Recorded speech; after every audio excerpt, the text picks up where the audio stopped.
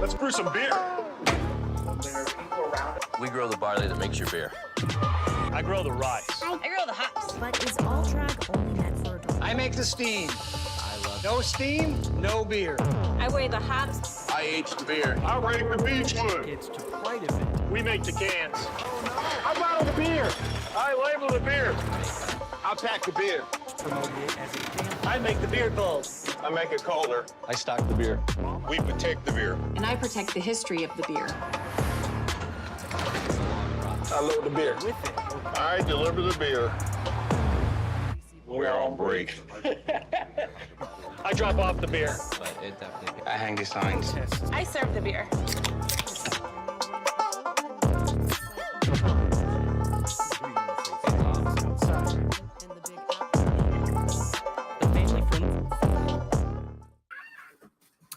Good afternoon, good morning, good evening, whatever the case may be. Welcome to a house full of annoying children. Welcome to Blacklist Universe. I am Mike. It is another Hangout Wednesday night, as we do every Wednesday. Hello, Jeff. Hello, Mike. Hi, Edwin. Edwin, we're live. Aloha. Aloha. Aloha. How'd you like the new commercial for Anheuser-Busch? It's gonna have to pass on old tranny light. How dare you? How dare you, Edwin? So, what's been going on with you guys this week? I have nothing. I have no real topical stuff to talk about tonight because I didn't do any show prep whatsoever. Been busy making videos and drawing, so such is life. We had soup today for lunch, and 5 of the ingredients came right out of my garden. Were picked just the hour before. What was the 6th ingredient? Did I say 5 out of 6? Yeah. What was the ingredients? It had squash, zucchini, carrots out of my garden. I think I had a couple of herbs too. One did not come out of the garden. The potatoes. I haven't harvested potatoes yet. Have you planted them? I have. Is that potato country? No, but I'd like to grow like a red potato or like a new potato. Mm-hmm. But those should be ready to dig up in a week or two. So Good. And the Lester sisters are here. Hi. Well, I'm here. Hello. Melissa's just went to go get herself a drink or something, so I'm holding down the fort until she gets back. Alrighty then. Yeah, I had an interesting thing happen this week. It was weird. So I got an email out of the blue about It's crazy. an art. Jeff, let me. I'm a All right. little distracted by the monster right there. What is he? He looks like Oscar. the It's an Grouch. angry hedge. Okay, He's a ninja. sorry about that. I'll explain that later. Continue, Okay. Mike, please. Yes. All right, so I had this. I'm wrapping up not Lone Star. I'm wrapping. Actually, I have to wrap that up too. But wrapping up Shadow the Conqueror, and out of the blue, someone emails me with a really good paying art job, Oh, and bless then her. I was like, oh wow, awesome, praise the Lord. And they're like, we want to pay you in advance, and I'm like, okay, that's awesome, but that sounds Okay. weird. And so they sent me, I guess this doesn't really have any vital information on it. No, they sent me a cashier's check and I deposited it. And then they're like, hey, can we get a receipt or some sort of proof that you deposited it? I'm like, why? It's a cashier's check. You should be able to, whatever. Should be able to. And then like a day later, Mhm. I look at my account and the deposit has been reversed. The check bounced. And then they're like, "Can I get an update?" I'm like, "Yeah, your check bounced." And he's like, "Oh, what's going on?" I'm like, "I don't know. Sounds a little fishy. I'm gonna go to Chase tomorrow and ask them." So I went to Chase. I took it to them.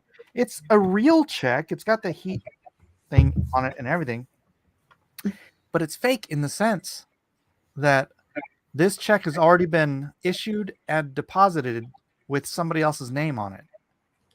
And so they sent me a fake, and I can't understand why they would do. I'm like, can they somehow get into my account and like, you know, if they've got like a check that they send in, am I being scammed?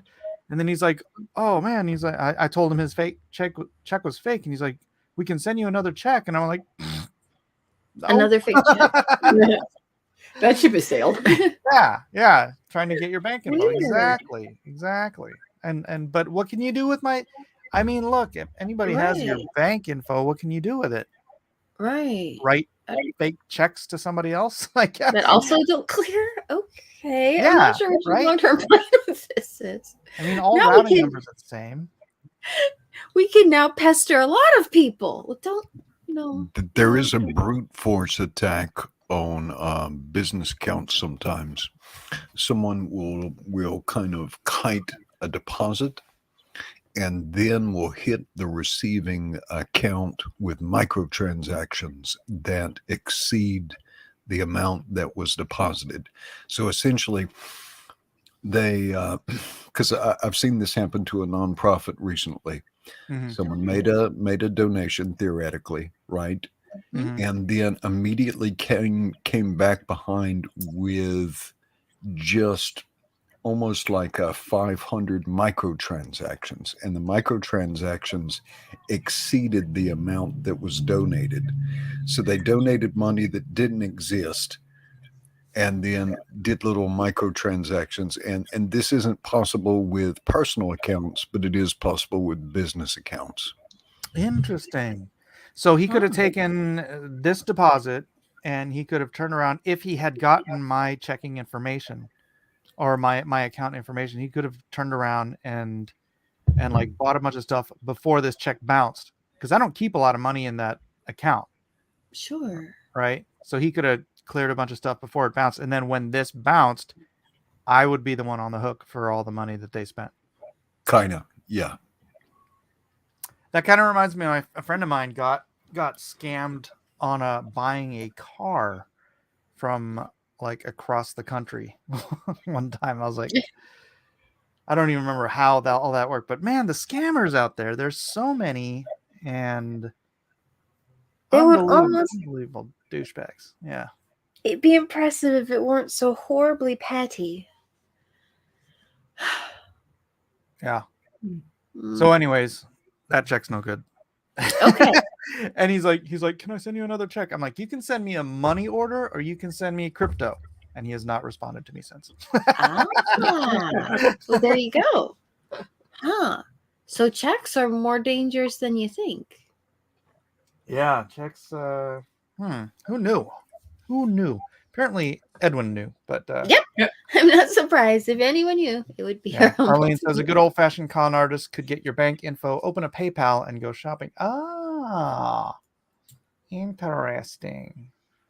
Yeah. Gino says, I wonder if they can get your routing info and account number that way. I'd have to look more into that. Well, that's a weird thing. If you get a receipt from, like, if I deposit it with the ATM, they only print the last 4 numbers of your account on the ATM, so on the receipt. So, but for the I don't know. For the credit cards, you mean, or for like your checking account too? Can't remember the last time I used an ATM machine. No, I think it's pretty much all of them, because there's like certain for like printed receipt, there's certain standards you've got to apply, you've got to abide by. So last 4 digits is social security number, and like last 4 digits a credit card or account number. Hold on, Jeff. Can you read this for me? Some of Mike's videos are almost hilarious. Can you continue? Arlene Atkinsell, almost all of Mike's videos. Would you LOL. not edit, please?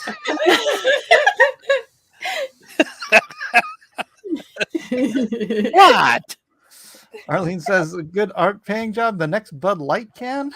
Yeah, apparently they have money to spend, money to waste on all kinds of stuff. And hello, Gino. Welcome to the channel. I was part of a group text today that started with a person saying, I'm 10. Creep me the hell out. Yes, I can. I think You if might you have were been to in the get wrong room. I think if you were to get an offer from Anheuser-Busch, I would suggest subcontracting it to Comicsgate because you'd get more of that real Bud Light aesthetic. Defend the rainbow. Yeah. Well, that's not all a Comicsgate. Oh, Gino was formerly King Bob, and now he's the Black Unicorn. Nice. King Bob. So that's the interesting things that happened to me. How about you guys? I've just been sitting here drawing and stuff. So actually, I do have to draw tonight. Matt Cosson is at a free viewing of Indiana Jones tonight, so he will not be joining us. Where is Elliot? Why is Elliot not here? Elliot should be here. Elliot is late, per usual. Oh, I see. Fashionably. Yes. Kevin He's a said wizard. he will be here late as well. Aw. Well, that's So- good. I guess he must be feeling okay then. If he's thinking he can make it at all. I said, I hope so. Good morning, Sam. Oh, hi, Sam. Is it? Oh, I guess it is still pretty early over there. You wouldn't be having lunch yet. Nice. Well, I mean, I'm not sure if this is exactly relevant, but I just got a Steam Deck, and I don't know how many people here are gamers, but Valve decided. Oh, okay. Does anybody know who Valve is? Valve. Or I guess. No. Okay. All right. Valve Valve. It's a video game thing, right? Yes, you got it. Yeah, they created Portal, and that game did so tremendously well that they went ahead and, well, that's an oversimplification. But anyway, so they made an online platform called Steam, and that's pretty much the #1 distribution center for PC games On the planet. on the planet. And they decided, hey, we would like to have a portable system for all of the games on our platform. But I think we just don't like Windows very much. And like all of their games run on Windows, or most of them do, because most games that are developed for like computers, for playing on computers instead of a game console, are Windows based.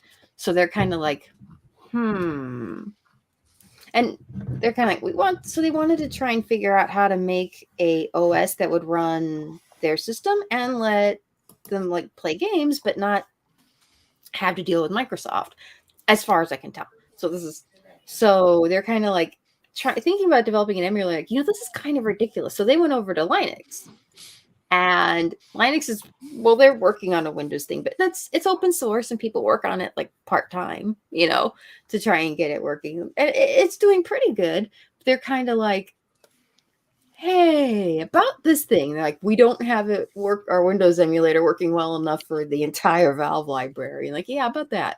If we just loaned you like a bunch of our developers to work on your software and it stays open source, do you think you can get this running? And they're kind of like, yes. So and they've got some really good developers over there, went and worked on it, and they're like, okay, so they shipped it back, and now they've made it's about the size of a Nintendo Switch, and it can run almost the vast majority, and like, as far as I know, all the AAA titles that are on Steam. So just about anything that you can run on a computer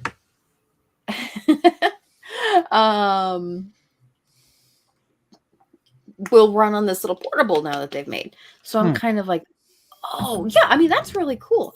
But that platform, like Steam, it's also got like, it has like Blender and Krita and a whole bunch of like art software and a lot of game developer software and stuff that what I'm using anyway. And actually, there's like, so most of our game development hardware systems, like Unity and stuff, can run on it too. And it's about the size of a Switch. So I'm kind of like, ooh, I'm thinking like, I wonder if I could get one of those and then hook my tablet up to it. Because I've got a nice big tablet to draw on now, and it's working great. How big is it? That's a good question. Let's Bigger see. than a bread box? Well, I mean, it's flat, right? So I'll go grab a tape measure. tape measure. Let's see. I'm gonna say that's probably, if I'm just estimating, probably like 12 by 16. It's bigger than a 9 by 12. So the active area or the overall size? You're supposed to measure from one corner to the other diagonally, and that gives your screen size. Oh, that's how it is. You know, I always look at those numbers and it's like, is this many inches? I'm like, what does that Or just mean? use the Pythagorean theorem. Oh, okay. Yeah, I have one of those lying around. Let me see. I think it's in my sketchbook. There's theorem or a tape measure, whichever I can get faster. My son just got done with his differential equations class. I could always call him up and have him figure it out that way. Oh, awesome! Yeah, no. If he's got a couple of minutes, that'd be great. I was joking. Mike, what's the space opera thing here we're looking at? Oh, this is the cover for Shadow the Conqueror. Nice. Oh, nice. Yeah, Shad wanted me to do something based on the Star Wars poster. So I like the hat. the original poster looks like this. Oh, there you go. So you gotta have the hat. So I kind of, I blew them up a little bit, centered them a little more. I'm going to add some more characters and then. Well, that's right, because the protagonist is also the antagonist at one point in the world's history, yeah? Yeah, but this guy in the background, he's related. There's an actual villain in this issue that's not him. It's not himself. Ah, okay. So. Hmm. Yeah, and I had it. I was just gonna add this one girl, but then he's like, "Oh yeah, can you throw all the other girls back there too?" So I guess there's gonna be a little bevy of. Yeah, I want an entire harem. I want Harem in more the girls. background. Tons of girls. Are they in the story? Yeah. Okay, cool. Yeah. He rescues a bunch of girls who were. So it's who the were being girls that he sex helped. trafficked. That's nice. I had a random Shadiversity video come through my feed the other day.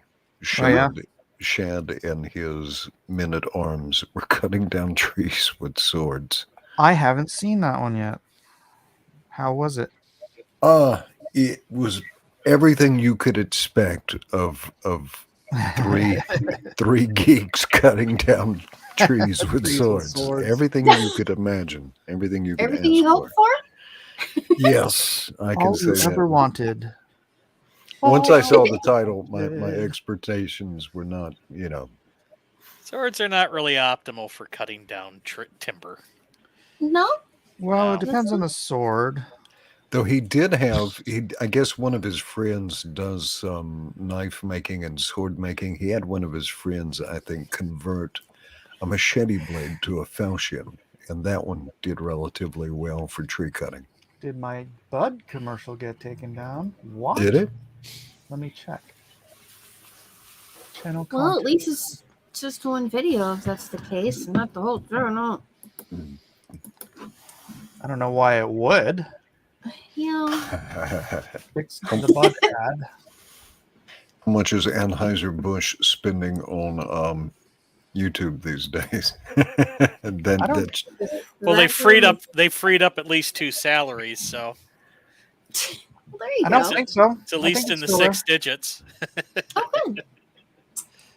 Yeah, I got some kind of notification on one of the videos that said it was private, and then when I went, Right. Oh, okay. So here's the deal.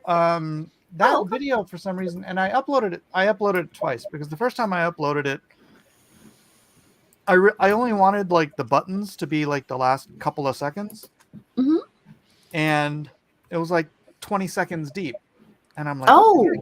And so I deleted that one, and then which cost me a notification, re-uploaded it, and it did the same thing, and I'm like, What? So I just didn't even bother trying again. So I'm like, it is what it is. Here you go. Well, I applied the Pythagoras theorem, and it came up to 16 inches. So there you go. I don't even know what that is. I know it's algebra. The but- diagonal measure. You know what the Pythagorean theorem is. A Bro, squared plus I had b done squared equals c algebra squared. in 35 years. Leave me alone. It's fun to say, though. Pythagorean theorem. Pythagoras theorem.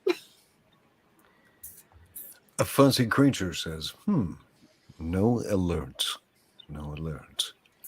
No alerts to my other videos? Hi, Fuzzy. Do you have your alerts on, Fuzzy Creature?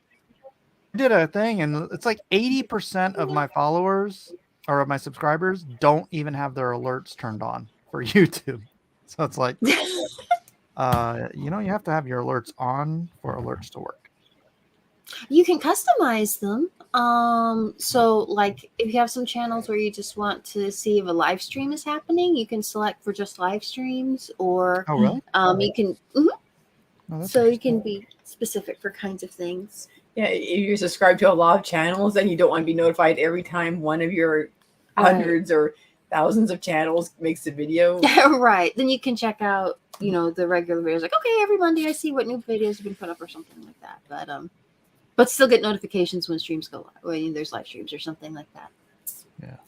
Fuzzy is coming to my neck of the woods. Fuzzy creature's coming to my neck of the woods this weekend. Fuzzy, it's supposed to be 97, almost 100 degrees in Holy North Carolina. shit, Ruben, what are you talking about? I hope you're going to be inside with the air conditioning and some cold tea. Well, I'll be out in the garden. It'll be all right. With air conditioning and some cold tea? Hey, boss is up from South Carolina. He's kind of liking the temperature up here. It's like below 80. How far north are you, Jeff? Michigan, Detroit area. Oh, yeah. And it's mighty hazy out because we're getting the smoke from Canada. It was below 80 here too today, but I'm in San Diego. So it's not a shock.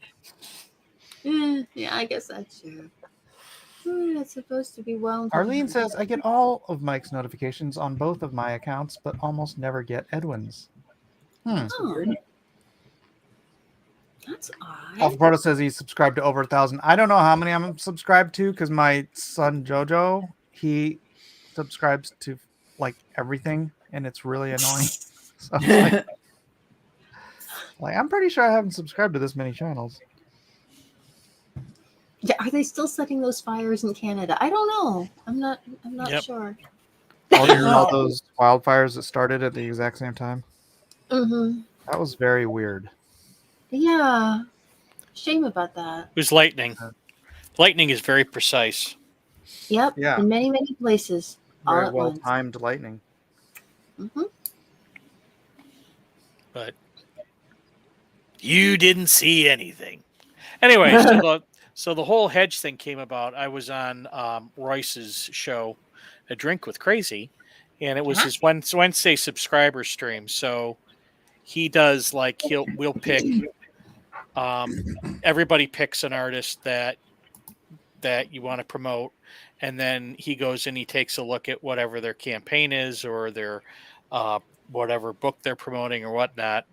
And then he will read a sample if it's a book, and he reads the first page. And one of the things he was reading talked about something about a hedge, and then he ended it mid-sentence and said, "If you want to read the rest, you buy the book or something like that." I'm like, "Could you just read the frickin' sentence? I want to know about the hedge." He only reads the first page. Yeah, he only reads the first page. It's like, for Christ's sake, just finish the damn sentence. So anyways, we got a big spat about it. So I started making hedge memes, and now I'm the hedge. Hedge. So you're an angry hedge too, because you didn't finish up the sentence. Yeah, exactly. Well, you know what they say, it's hard to get a hedge in the world. Audible moan. Oh, Unless that you was find a good hedge hunter. I like that audible moan. Horrible. You're the worst. Yeah. What do you call So- somebody who like wants to keep all the hedges to themselves? Oh. A hedgemonger? Hedge miser. Hedgehog. A Come on. hedgehog. Come on. Wow. Wah, wah, wah, wah. These are the jokes, ladies and gentlemen. Thank you for hanging out. Try the veal. This is Mike's contribution to Pride Month. And look at all the people stopped watching. They just can't handle the hedging content. Hey, Edwin, next time you decide to bait Ethan into something on Twitter, don't tag me into that. Fair enough. I waste entirely too much time. Fair enough. Yeah. Well, you've got to tap out. I mean, you've got to tap out at some point. You can't. It's not within me. That's Edwin. okay. Fair enough. I know my limits. I don't have whatever that gene is. I don't. So I'm just like a drive-by guy. So I'm like doing my Yeah. stuff on the Yeah, you're like the drive-by. Then you're like, "Hey, Mike, look what I started." Yeah, I'll be there for the next 3 days, Edwin. Thank you. But you just throw a jab. You don't. But I should know this about you. I should know this about you. You once you get it sucked into something, you just can't. Yeah. Although I have muted about 20 people over the last 3 days, so. Because I could just throw because I don't take it that seriously. I just throw a jab out there, and then I may not even come back to the thread. If you make so- like 140, So I've got these spurgs out there that are waiting for me to come back and say something, and and they're just still waiting to this day. Yeah, I'm sure there's people like that I muted that are waiting for me to come back at them, and I'm like, I don't know who you are, and honestly, I don't care about your opinion, whatever it is. It's like, There's like some weird dudes in there now. So when I talk about CG, I assume that 95% of the people in CG know that I'm using hyperbole, and if I say something, I don't mean everybody, right? If no. You do mean everybody, Edwin. That's how they think. I don't believe that. That's how all of them think. Hyperbole. We might have to explain that for the Comicscape people in the crowd. Yeah, Spurgle forces. Spurgle forces. Dude, I went like half a week on a hyperbole thing. It's like I'm using hyperbole. You guys understand what hyperbole is, right? They're like, that's not what hyperbole means. I'm like, it's literally what hyperbole means. And they're like trying to like make up definitions of hyperbole to make it. I'm like, dude, I never, ever, ever, never, ever do hyperbole. never. Never hyperbole. You also have never Like ever. once ever used sarcasm. No. But like during the day, would I do that? Yeah. During the day, like I'm working in my garden, What? working on the homestead. I'll see something on Twitter, and I'm like, yeah, okay. I've got 3 seconds to kind of call this guy a cuck. Okay, do. And then I go on about my business. You know what I mean? I don't know. I just the Twitter is full of dumb people, and most of them follow Ethan. Yes. So. Yes. So back to the hedge. That's been my experience, anyways. Yes. Yes, Mr. Hedgehog. Just so you know, I will be at Superheroes Con in Houghton Lake, Michigan on July 1st. Stop by and buy a book or get your book signed. Or both. Or both, yes. Or neither. Now, Or- where do they no, put riders? no. So definitely Do both. riders get corralled back by the bathroom, or where do they put riders? This place is so small. I don't even think they have a bathroom. I think you have to go outside into the woods to, do your business. Oh, that's that's like cool. New York Comic Con. Yeah. Well, I mean, there's less trees in New York, but whatever. Do you have any banners made up with like your book's graphics or anything to put I on made your a table? I got like a table small table banner that is like collapsible. So there's that, and I also and that was about it. Small table banner that's collapsible, and uh, all the necessities like you get credit card reader and all that. So starting small, Are you working my using way up. Square? Are you using Square or something else? Yeah, square. Yeah, that's the way to go. So got a bunch of books. I'm probably going to stand there and watch a lot of people walk by.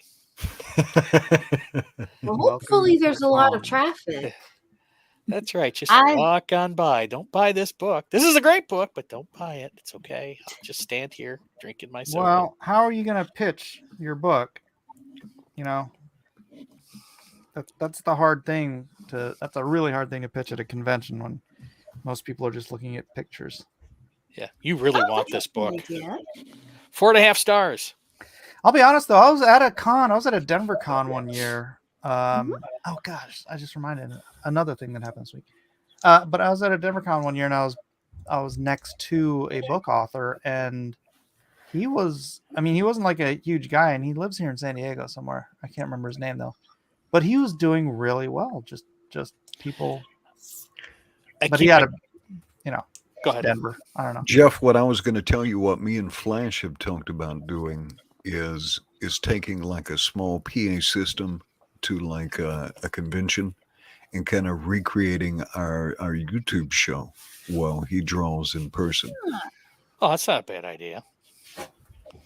So I don't know if you could take a small system and like read your book or something. I don't know what your convention. Yeah, no, doesn't know how to read. me read my book. I want people to actually buy it. Well, your videos are There's a fun. reason why I hired somebody to narrate it. Is it your nasally annoying voice? Yes. Okay. Well, maybe you could bring along a little speaker and then play the audiobook. Well, actually, Or- what I was thinking. No, actually, there is a minimum disturbance rule that you can't create too much of a disturbance with audio and stuff like that. So, See? but what I'd like to do is get like one of those Bluetooth portable speakers, and if somebody asks me for my pitch, cue dramatic music while I narrate the script. Why don't you have it streaming via Bluetooth and then anyone could log in to your Bluetooth with a QR code? Nice. No, actually, I already have bookmarks for the QR code, and the banner also has QR codes for the. I feel like you didn't hear a word I said. No, I didn't. Oh, you didn't say them right. You didn't put them in the right order. Well, just so like if somebody's right by your table with a QR code, they could immediately be listening to the audio of your book. Exactly. Actually, I do have that. It's on the banner. You can go listen to the audiobook sample. There's a QR code with the audiobook sample video on YouTube. Well, good. Good night, Arlene. Then just I'm already point on there. people to that. Good night, Arlene. Thank you for being here.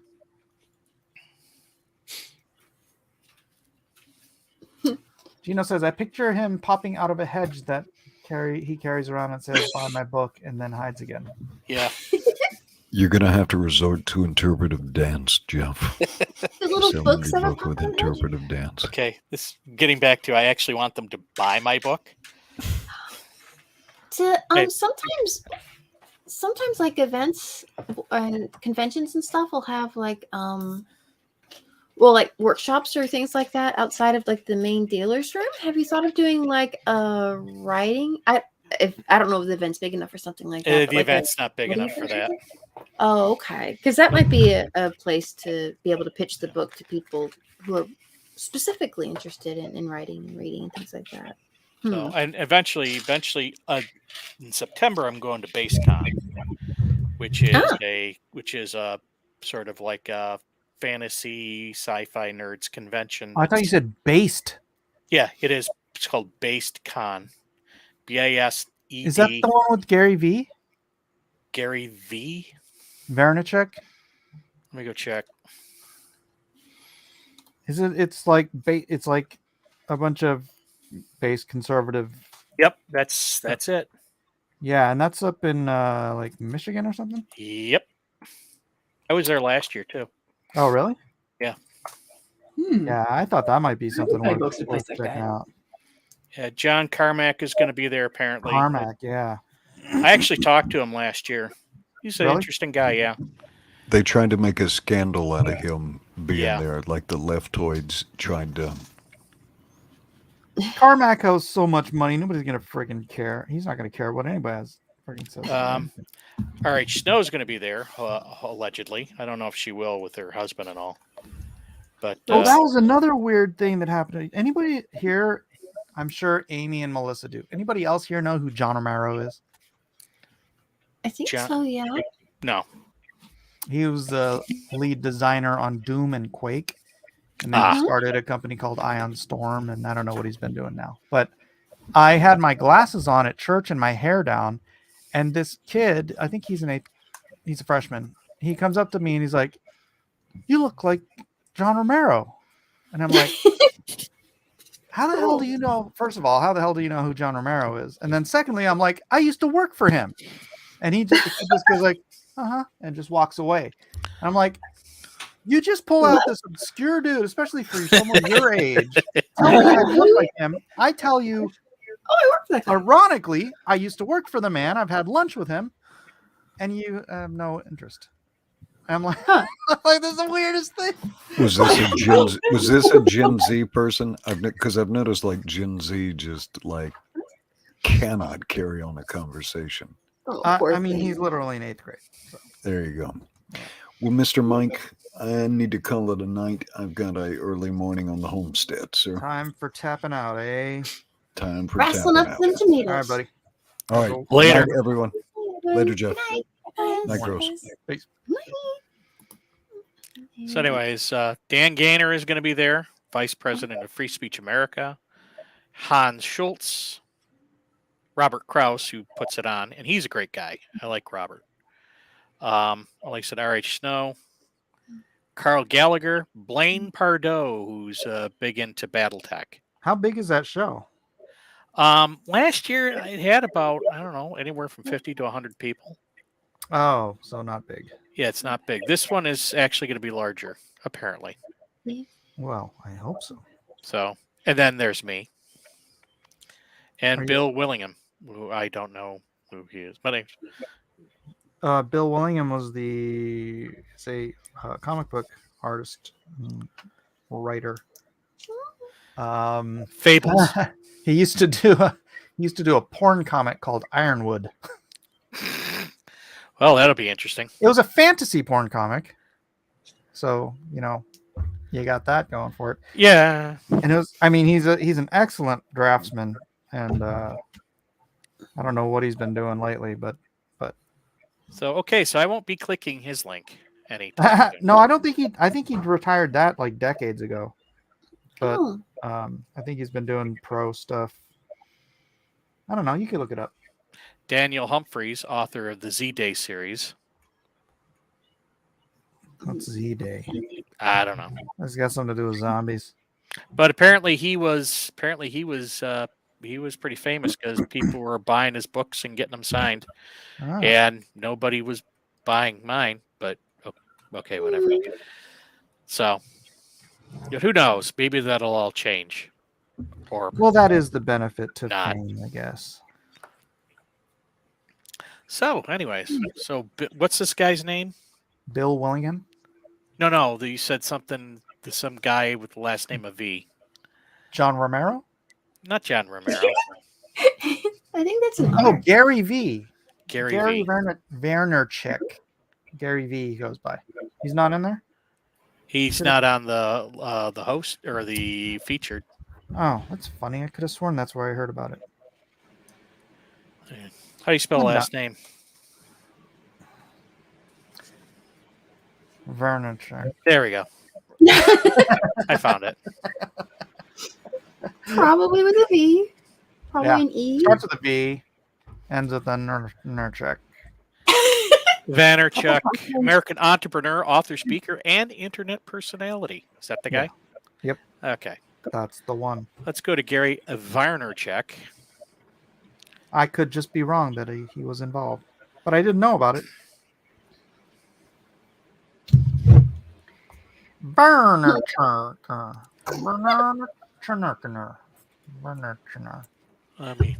me take a look at that. Let me look that up. That's weird.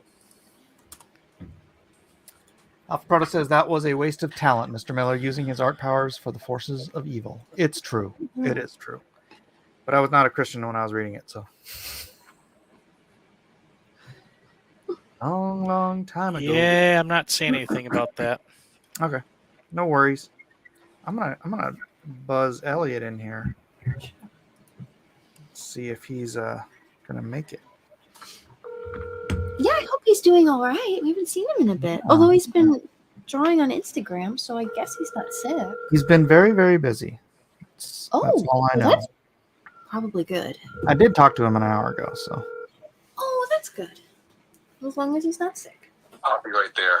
Will you though? I'm sorry. I'll be right there. Okay, bye. Elliot. Oh yeah, where's Kevin? Kevin. Kevin. I haven't seen him in chat. He said he'd be late. Oh, that's okay. It's all right, man. It's all good, man. Gino. Gino, what are you talking about? On my comic?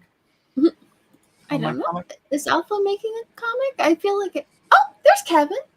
Hi, Kevin. Kevin, you're not in here. Hope you're doing okay. He'd be doing much better Of if he was course. here. He has to take his medicine. Oh. Oh, it's okay. Take care of your health first. Of Carnivore, course. dude. Just know you're all right. Carnivore. 98% of people who go on carnivore kick type 2 diabetes. Woo. Or at least from the Harvard study I read. Kiwi? I mean, you can still buy kiwis at the grocery store, so they probably still have them. What are you talking about? I don't know. This person was wondering what happened to kiwi farms.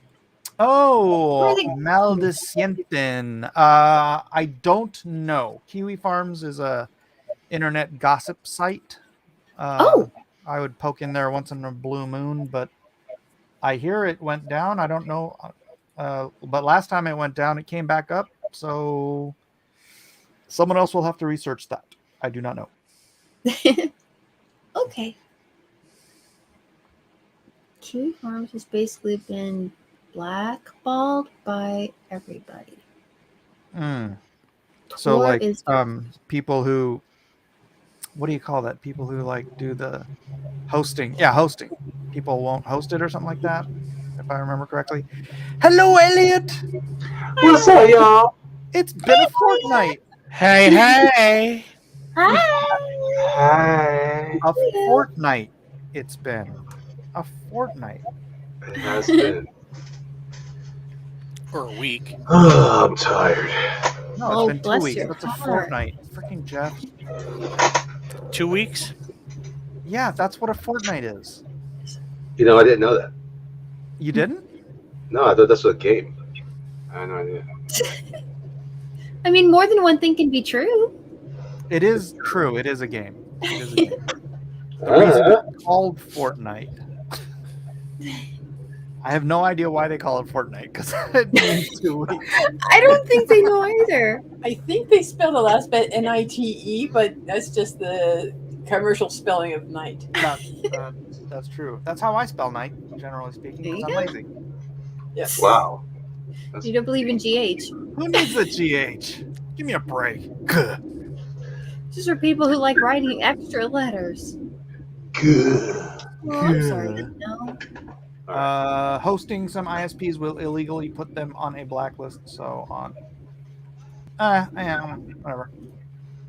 Gino says Carnivore hasn't gotten rid of my Type 2. Sadly, how long have you been on it? I think I've been on for like 2 months now, right? I do a little cheating. I had some blintzes today. I love blintzes. Ooh. Did they settle well? Have you been getting any like No, I'm good. hand pain or anything? No, I'm as good. As good. Oh, fantastic. Yeah, I mean, I don't know if I'll snore tonight because last time I cheated with some wheat-based stuff, I snored that night, which means the inflammation came back. But I don't know. I don't 14 know. nights. Oh, that kind of makes sense. Dina says it comes from 14 nights, a fortnight. There you go. Okay. That makes a kind of Does. sense. That's why you call it a toot night, 2 nights. What? 2 nights. And keto for 3 months. You've got some background noise, Elliot. Is that coming from outside your computer or inside your computer? What's it sound like? Like a hum? It sounds like a spaceship. It's my laundry. My son. Oh, I thought so. Yeah. He's been reduced to like drawing in the laundry room. No. Gino has been on keto for about 3 months now. Is it keto or carnivore? There's a difference. Keto sounds like keto. No, I think of Well, keto you can eat all like just stuff that doesn't have carbs in it, but that doesn't mean that stuff's good for you. It might be something there that you're still eating that's causing issues. Although I don't know, it shouldn't. I'm not an expert. I had a hamburger today. Ooh, yay. Actually, only half a hamburger. I had a Wagyu hamburger. Ooh. Ooh. I had grass-fed hamburger from Costco the other day. That was good. I usually have the buffalo burger. Oh yeah? Yeah. Taco. Ground buffalo. I love buffalo meat. Buffalo burgers. Now, Are they in what danger? love do you mean? Because love is not love. That was a very interesting video. Do you like that? Kind of hard to lust after a beef patty. I'm sorry. Well, is it Well, like there- yeah. brotherly love? The fact that you I brought that love up, spaghetti. the fact that you brought that up, Elliot, creeps me out. I didn't bring anything up. You did. I don't know what you're talking about. See, I'm not sure which love would be the correct word for the love of like a really tasty meal or like an art or Art. something like that. like the, You can enjoy it, I guess, right? I don't know. Yeah. Bring the list up. Let's go through them. okay. I mean, it depends on how much you love it. It could be the one that means sort of the manic Mania. obsessive. Well, Yeah, see, here's mania. here's why love works there. Why I think it's there is because we say things like "I like something," and we have the natural jump from like to love. Right. So can you not like something? Are we using it hyperbolically and not realizing it? Or I could say, I liked buffalo better. Yeah, I mean, if you say like 3 times, it does mean you like it a lot. Hold on a second. Yeah, but it seems like I just say I love something, and I just covered all my bases. It's true. I could say one syllable or 3. I'm gonna choose 1. I'm lazy. Love is devotion, man. That's I'm the truth. devoted. I'm devoted to cheeseburgers. Yeah, I can be devoted to cheeseburgers too. Buffalo cheeseburgers. I'm kind of devoted to pizza. I'm not gonna lie. Alpha Proton, I'm pretty sure it's not Eros. At least I hope it's not Eros. Hey, Is it slings? Let me Slings tell you and something. arrows? Not everything, some things are for some people. Just let you know. What? I love my cheeseburger. That's not gonna work.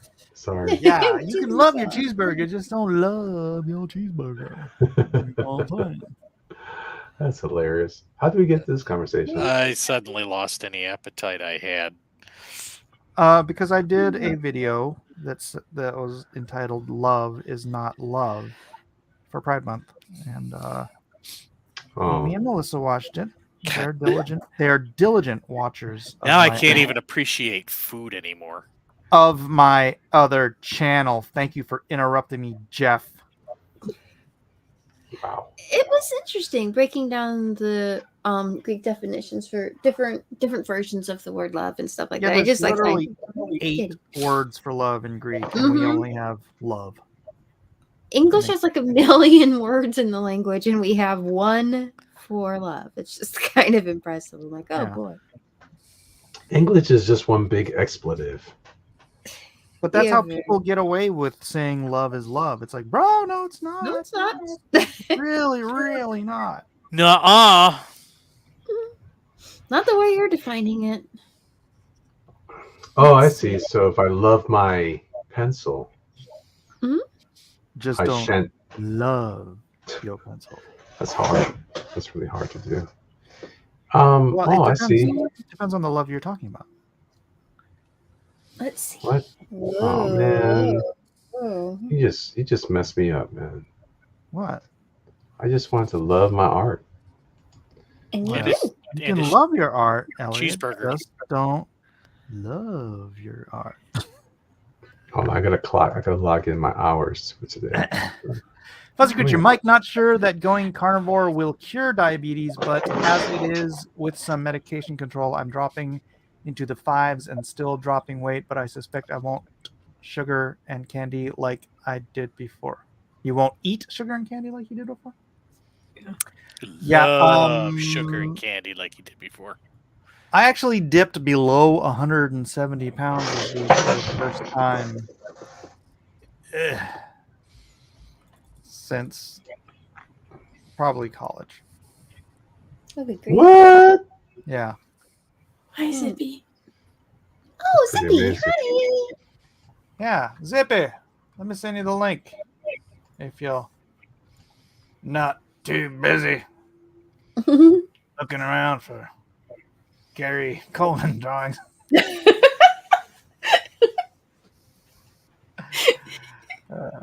Yeah, starting out antagonizing is always a good policy.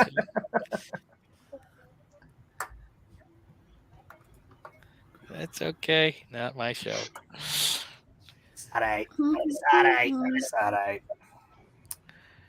You should only love a person or God, not an object. Well, again, it depends on what word you're using for love. Definitely we're not trying to nothing. figure Yeah, out. I'm not gonna have sacrificial love for my pencil. Yeah.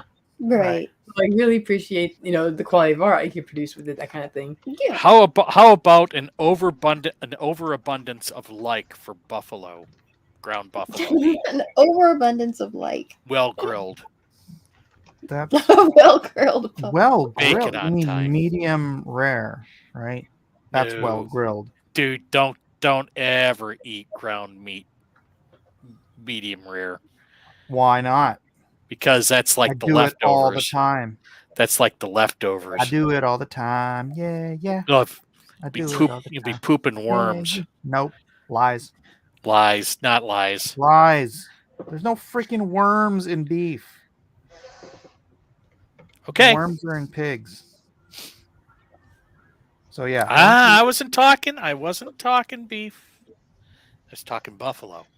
Buffalo has worms. Good. Do you you raise say- buffalo for a living? Are you a biologist? Whoa. I don't know, but Gino says I'm correct, so shut up. No. Nuh-uh. No. Does Gino raise buffalo? Yes, he does. Yeah. Is- We know that for a is- fact. Gino a My- buffalo biologist? My wife says I'm full of bull. At the same He's a time. buffalologist. Okay? I didn't want to dox him, but Wow. if you're gonna, push comes to shove. Gino is Latin for I love buffalo. Yeah, Gina, so sure. Why not? But Buffalo love. what kind of love? Yeah, what are we talking about here? Because you can love buffalo, but it might be life-threatening to love a buffalo. You're welcome. You You're welcome. Zip says, I've had bison burgers medium rare and have never had any problems with burger emoji. Do, are Amanda unicorns said the actually end says, carnivores? I'm learning so much other than comic book art. Thank you, Mr. Potts. Well, I mean, if someone has questions about comic book art, feel free to hit me in the chat.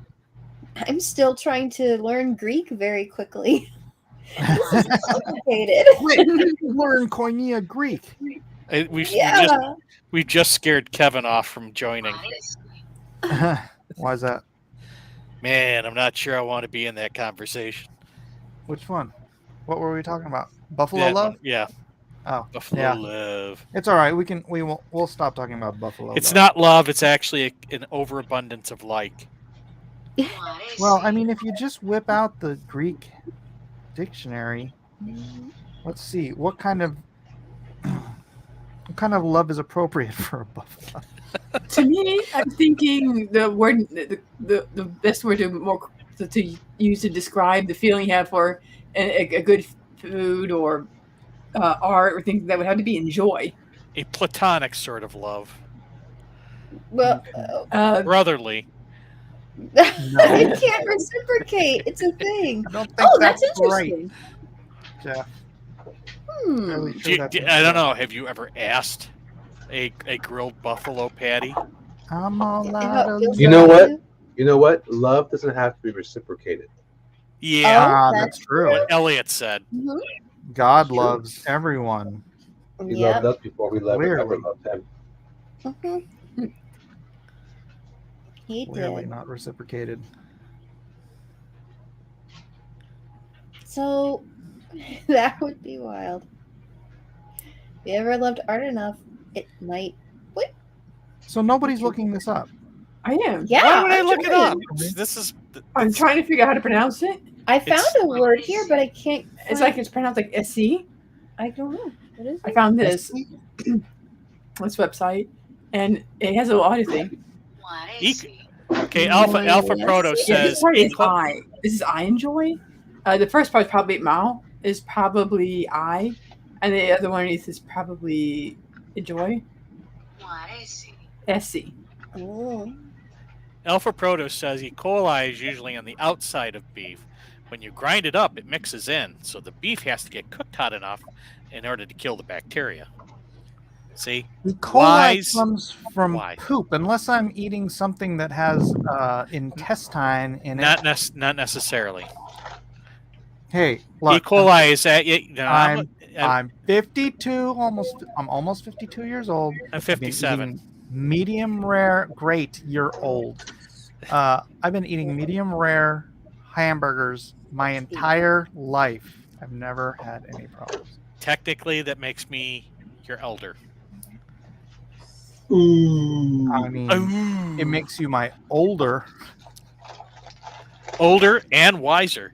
Well, actually, the E. coli stands for Escherichia coli, and there are various strains of Escherichia coli, but the ones that are most common are the ones that we're most worried about are the ones that make us sick, and that includes stuff that comes in from the soil on plants and also in beef production. But doesn't necessarily have to be in poop. It can be a lot of different things, like old meat.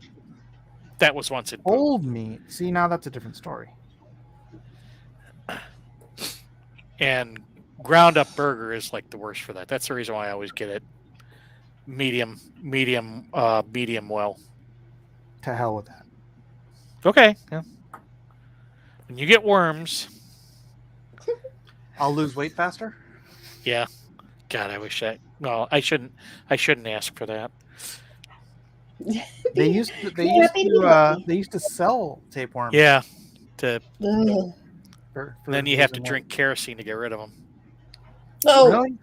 I mean, you could just take some diatomaceous earth. That I did not know. Yeah, diatomaceous earth. It's like because parasites and bacteria are so small, the diatomaceous earth acts, even though it's like a powder when we ingest it, it's really like microscopic razor blades. So it just like shreds parasites in your gut. Okay, I think I found something. I looked at the Bible Hub has the Strong's Concordance has the Greek word for enjoyment or to enjoy, and it's pronounced apolausis. Oh, there you go. Apolausis, my pencil. Right. I'll be back. Only if I allow it. The report I saw was after TGIF went off in the 90s, so I don't know if people are still dying from E. coli. 2020 said some kids ate burgers from Jack in the Box and died of E. coli. I think that was from the lettuce. Yeah, usually they get not the the food meat. poisoning off of the vegetables. Yep. Because vegetables will kill you. It's what they want to do. They've got to be really well cleaned first, I guess, and that might make them safe. Plus, don't get your vegetables from Mexico because they use the wrong kind of manure as fertilizer. The kind of manure you don't want to use for fertilizer. Yeah, just don't do that. Mm-mm. Yeah.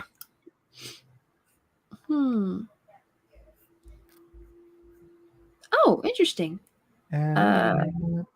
Philos? Philos. Philos. Yeah. That which is loved or important. Beloved, dear, or from a friend. And some people have combined a variation of that word. And half of it's in the old Greek characters, and it just looks like a lot of little circles and loops and stuff. But that philosophy comes from a love of knowledge. So that, Philadelphia is the city of brotherly love. Philos, love, and then the second word, sophos, skilled with handcrafts or wise. Interesting. Gino says, stupid, deadly lettuce. That's right. And did you know? Attack of the killer tomatoes. Did you know bitter lettuce can cause heart attacks? Oh, that doesn't sound great. Why? Right? That's the stuff I'm learning with all this stuff. It all sounds absolutely crazy. When my friend told me that all fruits and vegetables are poisonous, I'm like, you're out of your freaking mind. And then you start looking it up one at a time, and you're like, all right, how's lettuce poisonous? Lettuce can cause heart attacks. What? And that's not if you're allergic to it. Because, I mean, a lot of people have allergies, and that's why I only eat Twinkies. See, you gotta play it safe. Yeah. Actually, not too long ago, I choked on some lettuce. My wife actually had to give me the Heimlich. Oh my goodness. Yeah. Yep. It is trying to kill Actually, you. it was beer and lettuce, but it's never the beer's fault. It's the lettuce. Yeah. It's always the Wait, lettuce. why were you having beer with your lettuce? Because we were out at a restaurant, and the salad came, and I had a beer. Okay, but you can't choke on beer. You can if you have lettuce with it. Can if you have lettuce with it, yeah. Really sure that's not the case. Lettuce, it's the devil's weed.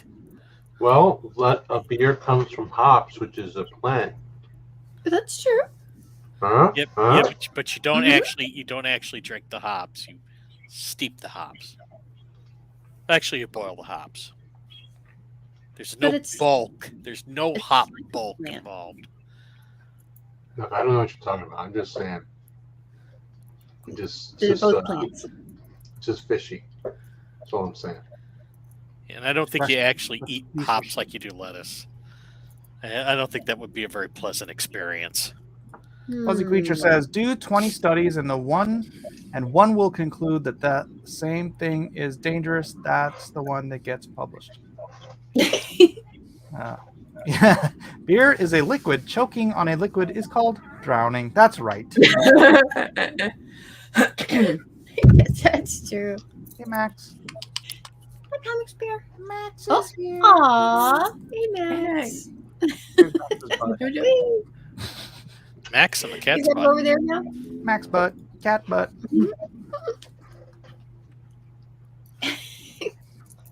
Good job, Bear.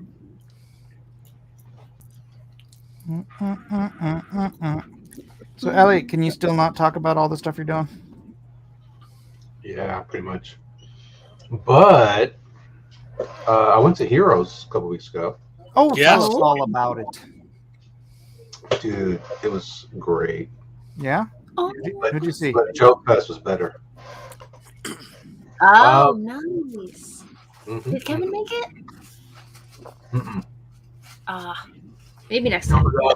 I got to meet and have a decent conversation with Mark Schultz. Mark He was- Schultz, no kidding. Mike, he was awesome. And he Yeah. had the originals for all his stuff there. It was incredible. No way. Cool. Oh my gosh, it was so good. And then who else was there? Can you hear me okay, by the way? Oh, yeah. Yes. Yeah. It was fine. Okay. I also met and spoke for a while with Ron Friends and Tom DeFalco. Hmm. That was great. I love Ron Friends. I bet Tom DeFalco wouldn't remember me. He gave me my first.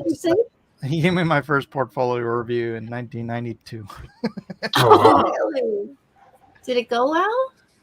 Yeah, he gave me his card and told me to send stuff in for a tryout. So I did. That's cool. Exciting.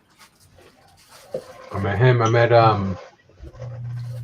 I mostly connected with we've done a lot of like trying to work with other artists for Andy. But what else was there? I got to meet. Oh, I met the guys from Cartoonist Kayfabe. They were really cool. They were very, very cool, and they were very encouraging on my Doom Kicker stuff. So that was even doubly cool. Well, I could almost say I love them. Ah, see, well, you Yeah. can, depending on what you mean by that. Because they're my people. boy, Yes. Alessandro Michelli was there from Italy. That was good to see him again after a couple of years. Who else did I see? There's the guy that does a book called Kaya. He was there. What's that guy's name? It's a little weird, but the colors are beautiful. I can't remember. I gotta find that very quickly. I also met Carl Kerschel. He's been working on a new project that he's crowdfunding as well. Pretty cool. Herschel, I know that name. Is he Anchor? No, he did. If I'm not mistaken, he did that. Remember the Teen Titans when they were like drawn as like it was actually I was gonna say it's recent, but it's been like probably 15, 20 years ago now. What was it called? I think it was Teen Titans Year One. He did the art on that. I think it was him. It may not have been, but then he also did something called iSoul or something like that. Isola or something like that. For Image. He's really excellent. His new thing is called Terriger or something like that. I met up with one of my favorite inkers of all time, Mark Deering was there. Oh, nice. I ran into Sanford, gave him the DAP for his efforts on Spider-Man Across the Spider-Verse. Oh, did he work on that? That's cool. Yeah, he did. They had several comic guys to work on that. Who else was there? I ran into Dexter Vines, man. Oh, that's cool. Yeah, he's awesome. Who else did I? So I mostly hung out with Andy, of course, instead of Jose, but we also were working some stuff out with Stefan Rue. Was Ed McGinnis there? He wasn't. I didn't see him. He wasn't there. What else was there? There was a lot of busyness. I mean, I went to the auction. I donated a piece to the auction. Oh, I met Mike Kunkel. Do you know who Mike Kunkel is? Yeah, I know Mike. He's a good guy. Yeah, man, that was awesome. And him and his wife, we were like talking code at the barbecue. using all kinds of Christianese, like Yeah. because iron sharpens iron. We hung out swimming, I think, at the Marriott. Was it the Marriott? I think it was a San Diego Comic Con. But we're just hanging out at the pool together one year. That was cool. Good Christian dude. That's awesome. He does Hero Bear and the Kid, for those who don't know. Yeah, he and his wife were there. Say again? Which book is that he does? Hero Bear and the Kid. And the Kid. Oh. He's an animator. You ladies would love it. Oh, I bet. He sounds great. Who else? I mean, this is now when I go. We saw Jim Steranko, but I wanted to get something signed by him, but he was expensive. Well, those suits aren't cheap. Neither are those wigs. But he's still Neither are those teeth. Yeah, right. But he was still really cool. I mean, I saw him from afar. Yeah, I saw Mark. Oh, and the one person I regretted not talking with was Carrie Gamble. Not Carrie. Yeah, Carrie. No, not Carrie Gamble. Oh no. This happens every time. Gary Callow. No, stop it. Carrie Gamble's the other guy. Maybe I can look up.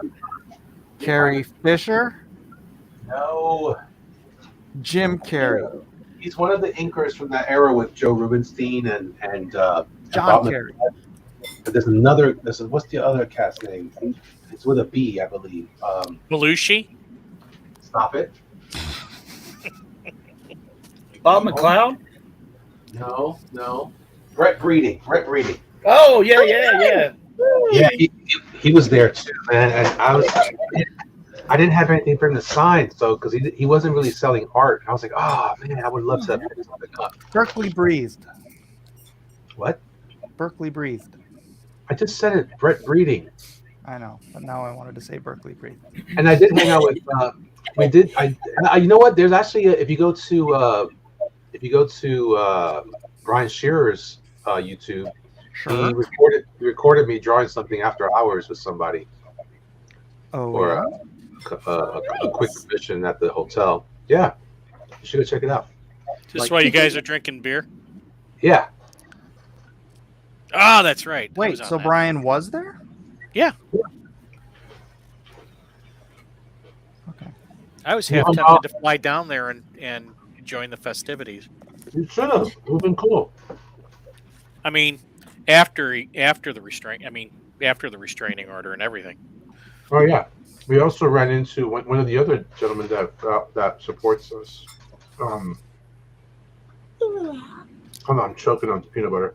Don't do that. What was his name? Wash it down with some I water. don't want to give his real name. I'm trying to remember his tag. Hyper Potato. Oh yeah. Yeah, that's great. Well, I went and had lunch with Muerte on Saturday. Really? Oh, cool. Yeah. That's been a while. Oh, he gave me this shirt. Oh, that's so cool. What shirt is that? Hold your Oh, mouth. cool. Oh wow! Look at that. He gave me a stack of shirts actually, but I was Nice. about to say, did he really give you the shirt, or did you pin him down and take it off of him? Tesseract says we need auctions again. Tesseract, there's 13 people watching this channel.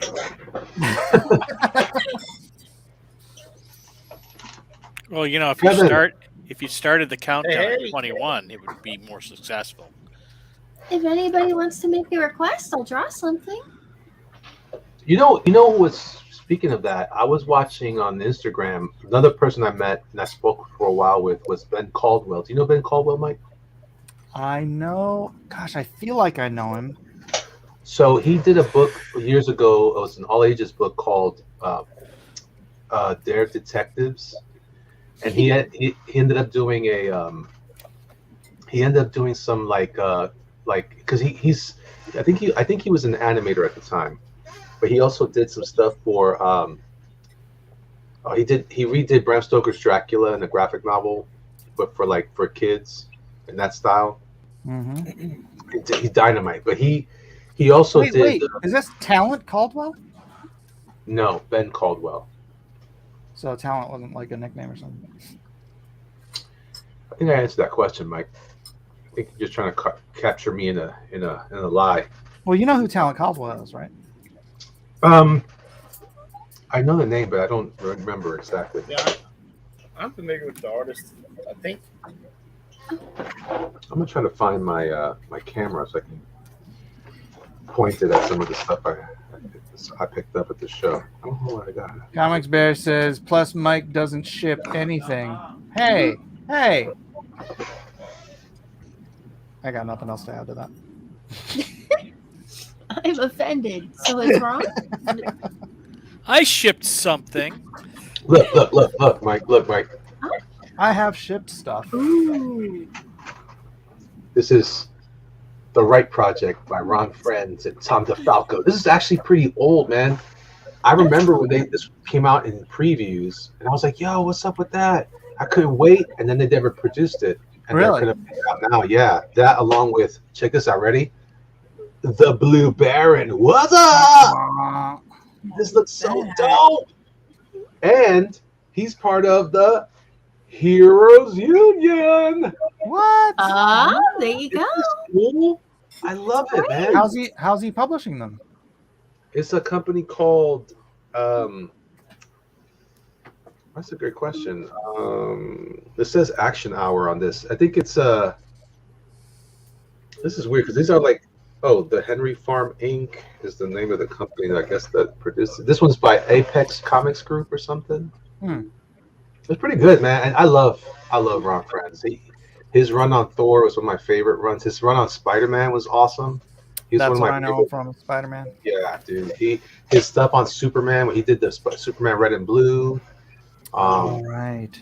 Man, he's so good, and he did a bunch of stuff. His Spider Girl stuff was dope.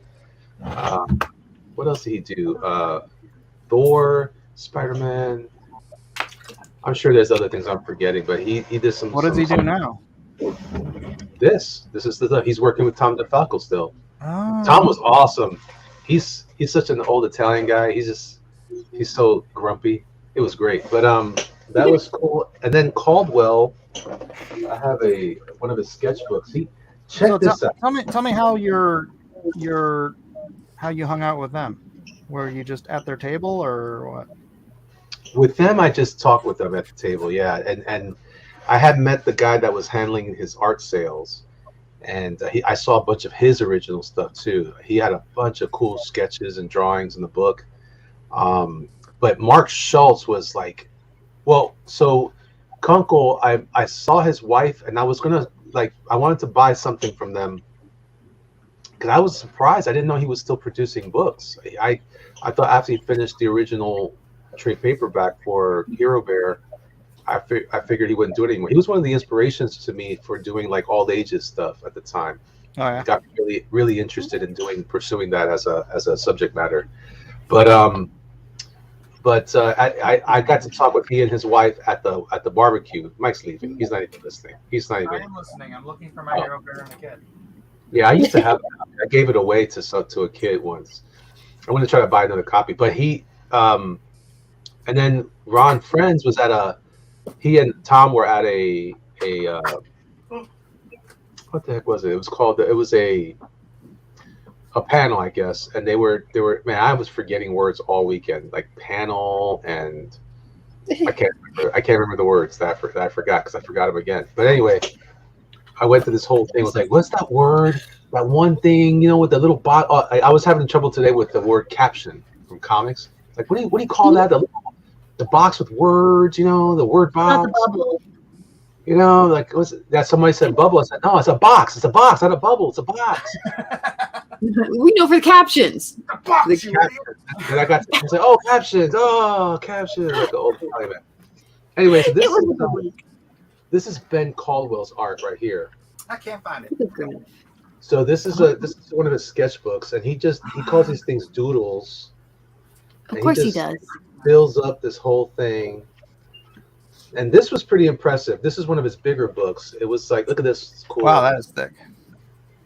It is thick, right? This Yeah. is like he's up to like volume 40 of sketchbooks. What?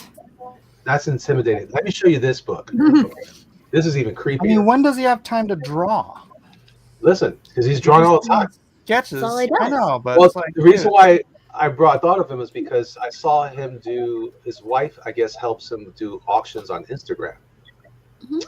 And you know how long he lingers on a piece of art, or she does, like seconds. And then she's like, "If nobody wants it, we're moving on to the next one." And then she cycles through again. Yeah, she cycles through again and then shows it again. Anyway, this book here is called Faux Retro, right? You see it? See it?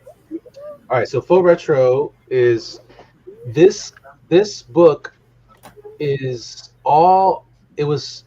He did all this exploration. He's a little crazy. This is all exploration to do an old school John Romita style commission.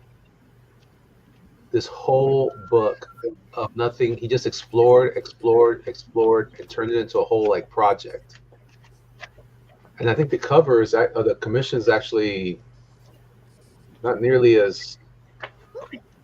Let's see, where is it? I think it's this right here. This is all it was. That's all it was. That's crazy. That's cray. We're not having that anymore. yeah, that's insanity. He shamed me, and I'm gonna go punch myself in the face a few times. Shame you for what? He's wasting time. What a freaking waste of time. So look, I'm just saying, it was pretty great. I got some more stuff. Hold on. I got some stuff right here. Okay, so here is. This was my my adventure at Heroes. Here, I just dropped everything on my floor. Oh well. Oh, I also went to the doctor today. I got all kinds of new diabetes medication. I can't wait. Oh boy. Yeah, it's exciting. So here. Okay. Here we go. Look, I'm cheating on my carnivore diet. So this is been called. This is Carl Kerschel, Mike. That's nice, Michael. That's great. That's great. That's nice. You know what I mean? I'm just trying to help you here. You're trying to just contact. Anyway, this is deaftransit.com is the site, but he's doing this thing. This stuff is super tight, man. And I think one of these is the sketch. Yeah, this is the sketchbook, and this is the actual ash can. I was like, that's pretty dope, man. I want to get into that. I like ash cans. They're some of my favorite things to pick up. Also, I got Street Angel from Jim Rugg from Oh, cool. Cartoonist Kayfabe, the deadliest girl alive. She's a homeless ninja, and he also did True Crime Funnies. Pretty good. They're mostly into like underground books. And then Ed Piscor, who's responsible for Jim Rugg, also did Hulk Grand Design recently, and then Piscor did X-Men Grand Design along with Hip Hop Family Tree. Did that stuff. If you guys are interested, you can watch them over on Cartoonist Kayfabe here on YouTube. This did not pick up there. This was the program. Was pretty cool. Supposedly Jeff Smith was there. I didn't see him. This is the guy I met. This is the guy that did a book called Kaya. His name is, I want to say Wes Craig. I thought so. Wes Craig. So he's the creator and the writer of it. But he also had this little book right here, which I thought was pretty cool. So again, Michael doesn't care. This is for the audience. I'm sorry, my wife is making me eat food. And then She's a good wife. so Mark Deering is starting a new enterprise called Flipside Comics. Oh, neat. He's starting out with these two deals right here. There's something called Dauntless Inc. And this one is Shinzu. Are those like ash cans? Are they promoting a new book, or is it? No, these are just what do you call these? Are these they're not flyers, all right? I guess Is that what maybe they call these? a flyer. If it's like, if it's like a single piece of paper that advertises something, that's It has QR codes on it. yeah. Do you like scan those to get the book? Is it like does someone You- pass you- you that? I think you scan this to get to the site, but I think the site is still under construction. But he was passing these out at the show. Yeah, it's a flyer, And man. Postcard here's flyer. another. This right here is art. The art of Alessandro Micheli. Micheli is my boy. This is one of my he's a good friend of mine. Oh, that's a nice size. He talks like this. I don't understand everything he say. I work, and then sometimes they pay well. They pay well. Anyway, this is him. This is No, it's not sometimes. Now you start talking like it. no. Sometimes he talks like that. He's a little Batman class. Anyway, he was great. Every time we see each other, it's like old friends stuff, and we just hang out.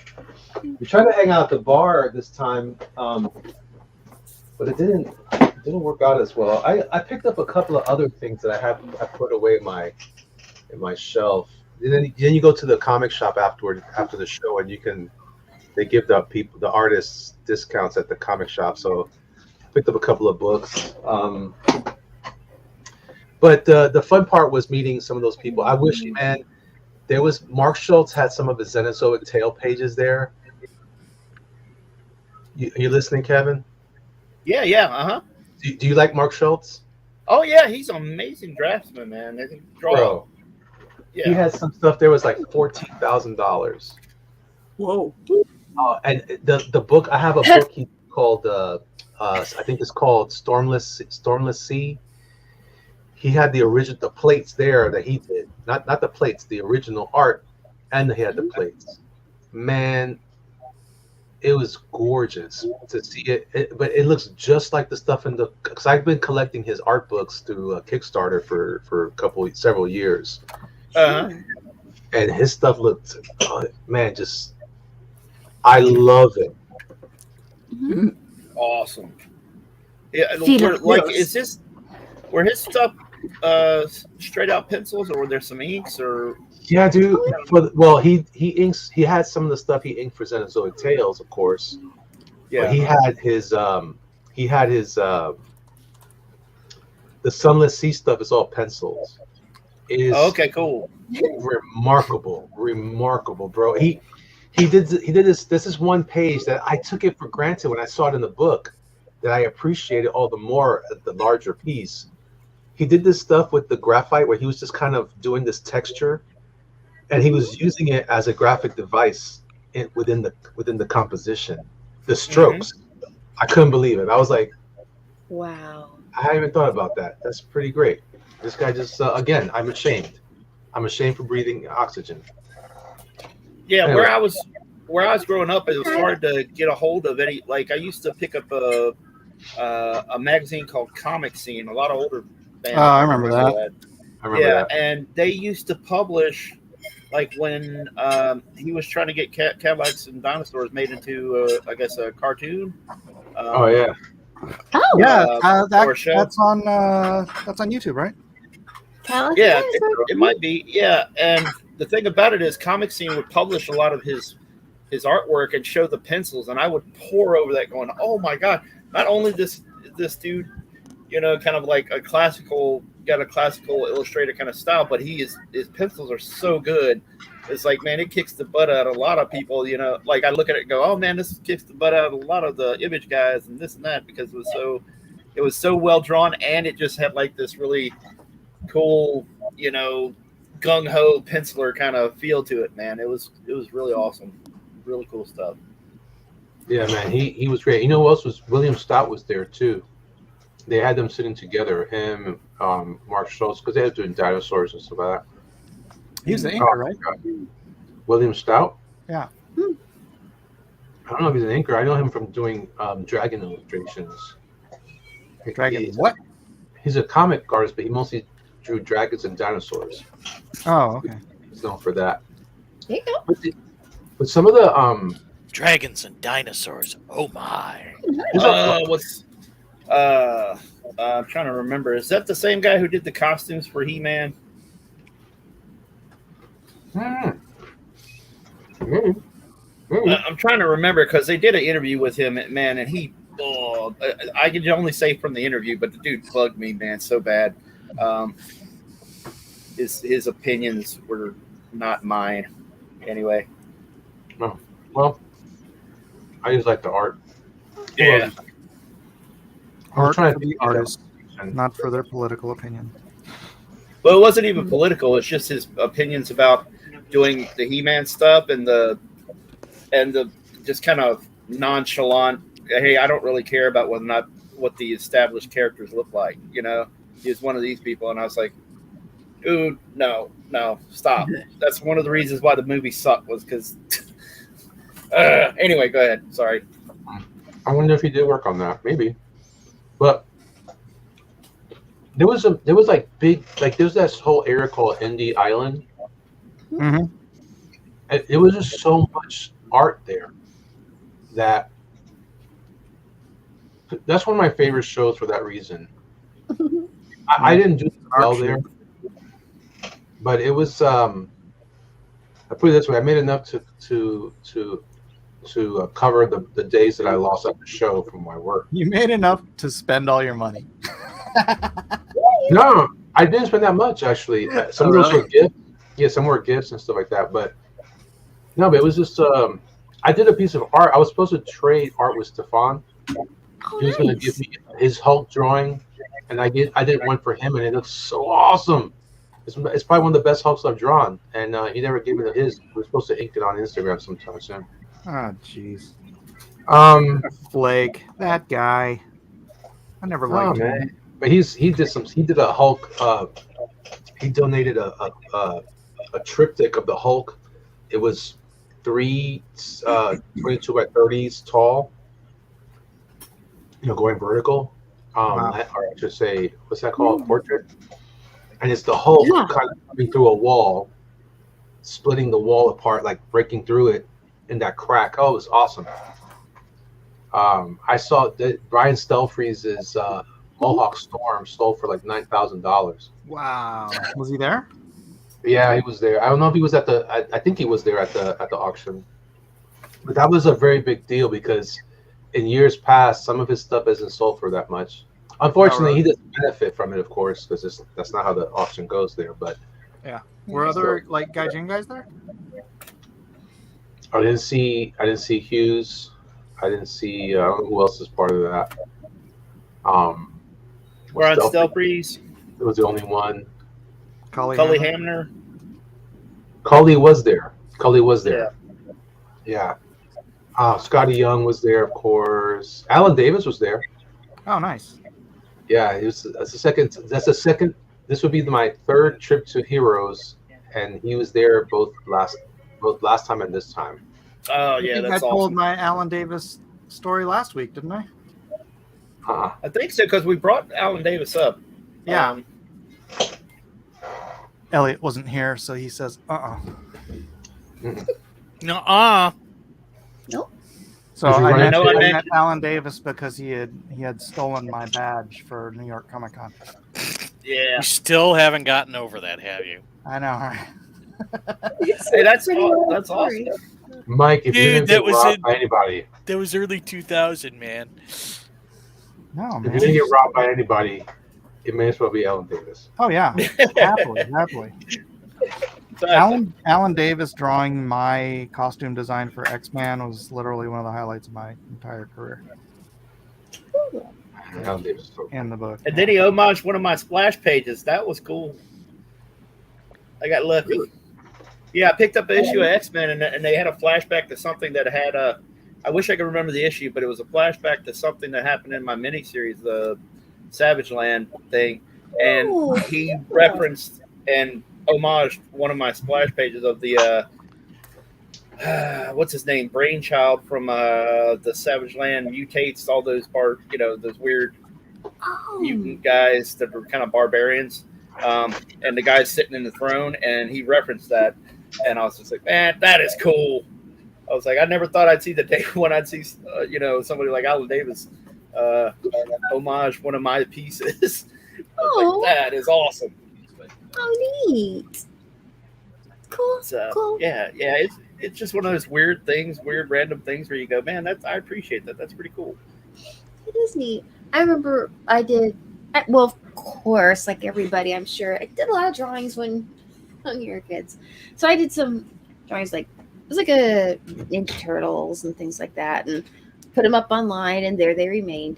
And sometime later, a kid who was like, hey, I'm going to try sculpting. And he found it, and he got some clay, and he did a sculpture of a drawing that I had done and posted. And I'm like, that was just so cute. It's neat when you see other artists find something of yours and then they see something in it and go, that's cool, and then kind of interpret it in their own way. So I mean, that's probably not as exciting as when it's an artist you really know, but I still think it's lovely. Oh yeah, it's cool to see somebody show some love to what you've done before. That's cool. Yeah, you can see a little bit of, because I don't think anybody really quite sees what it is that makes their art particular or peculiar, or you don't it to you it seems normal, but then when you see other people go and look at it and then they draw something and then you realize there's a little something in there that they found and managed to emulate or copy or interpret, and you're like, oh, is that what I look like? Like, interesting. I don't know, it's neat, it's endearing, and also kind of enlightening, I guess, in a way. It's very cool. Also, Jose Luis Garcia Lopez was there. Oh, that's awesome. There you go. Did you? I thought we were talking about JoeCon for a second. I got confused. We were talking about Heroes, but I'll tell you about that, my friend. Oh yeah, I know he's waiting for it. Heroes. But he wasn't gonna start till you got here. Joe Fest was awesome. I'm going through the book. Mike Lilly was there. I hadn't seen him in a long time. I wasn't expecting to see my Heroes. He was there with his wife. That was awesome. Jay Lee was there. I'm going to the Jay. Jay. Yeah, he does Heroes Con a lot. Jay was right there next to Jeff DeCal. That's my homeboy from Miami. Steve Mannion is another one of my favorite dudes. Mike Mayak is there. You know Mike Mayak? He did the Cleopatra in Space book. He's one of the few guys that came around and got a contract with Scholastic. That was pretty cool. Good for him. Good evening, Mr. Brunot. Cleopatra in space. Andrew McLean was there with his book. Hold on. This Space Friend said, I love Davis's work on Excalibur, and not just the art. He did a great job when he took over the writing. Yes, Alan Davis is the best. David Nakayama was close to me, but I didn't get the chance to see his stuff. Oh, Paul Pelletier was there. That was cool. Oh, cool. It was so cool to see him since he moved. He used to live in Tampa for a while. He moved away. Got to visit with him a bit. I showed him. You knew him, right? Huh? Didn't you know him? No, well, not really. He came down and he was there. Oh man, I don't even know if I want to say this on stream or not, but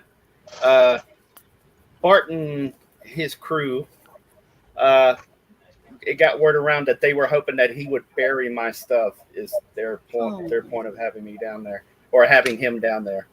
I'm sorry. For as a quote, they were hoping he would bury my stuff. So I've never been particularly, and I know that with Paul was kind of put in that position. So I don't say anything mean about Paul, but I was just like, I don't think much of it one way or the other. Little clicks, man. Little clicks. He's a nice guy. Yeah, well, yeah. Like I said, I mean, I'm sure he was down there as I was leaving, basically. Gotcha.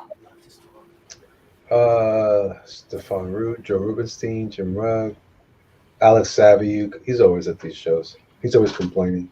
Did you draw Spider-Man? Why are you drawing Spider-Man? You should be drawing Spider-Man. You didn't draw Spider-Man. Shut up, Alex. If it wasn't because you were old, I'd yell at you further. Andrew Robinson was there. He was one of my homies. Joe Staten was there. That was cool. Tank Girl Andrew Robinson? No. Fifth Beatle Andrew Robinson. The other Andrew Robinson. He did It says it right here. It's funny because I've been following him for years, but he does stuff. He's a cover artist mostly now. Let me Who's the see. He tank girl did artist? Jamie Dusty Hewlett. Star. That's Jamie Hewlett. Yeah, Jimmy Hewlett. Dusty Star, Oh yeah, Batman, The yeah, Winter Soldier. yeah. Yeah, I love Dusty Star. Yeah, that was good stuff. Yeah. Uko Smith is excellent. He was Jeff there. doesn't know what we're But, talking about. We'll just ignore No, him. I have absolutely no idea. let's see who else. Man, if you were there, you should have gone, Jeff. That would have been cool. Yeah. Charles Vest was there too. Yeah, he's a kind of a local around. I think he lives in North Carolina, so yeah, that makes sense. The location was like about an hour and a half from where the headquarters of the company I work at is. So it was like I should have gone, but whatever. You loser. You're such a loser. Hey, Yes, you know who I else am. You know who else was there? You're okay.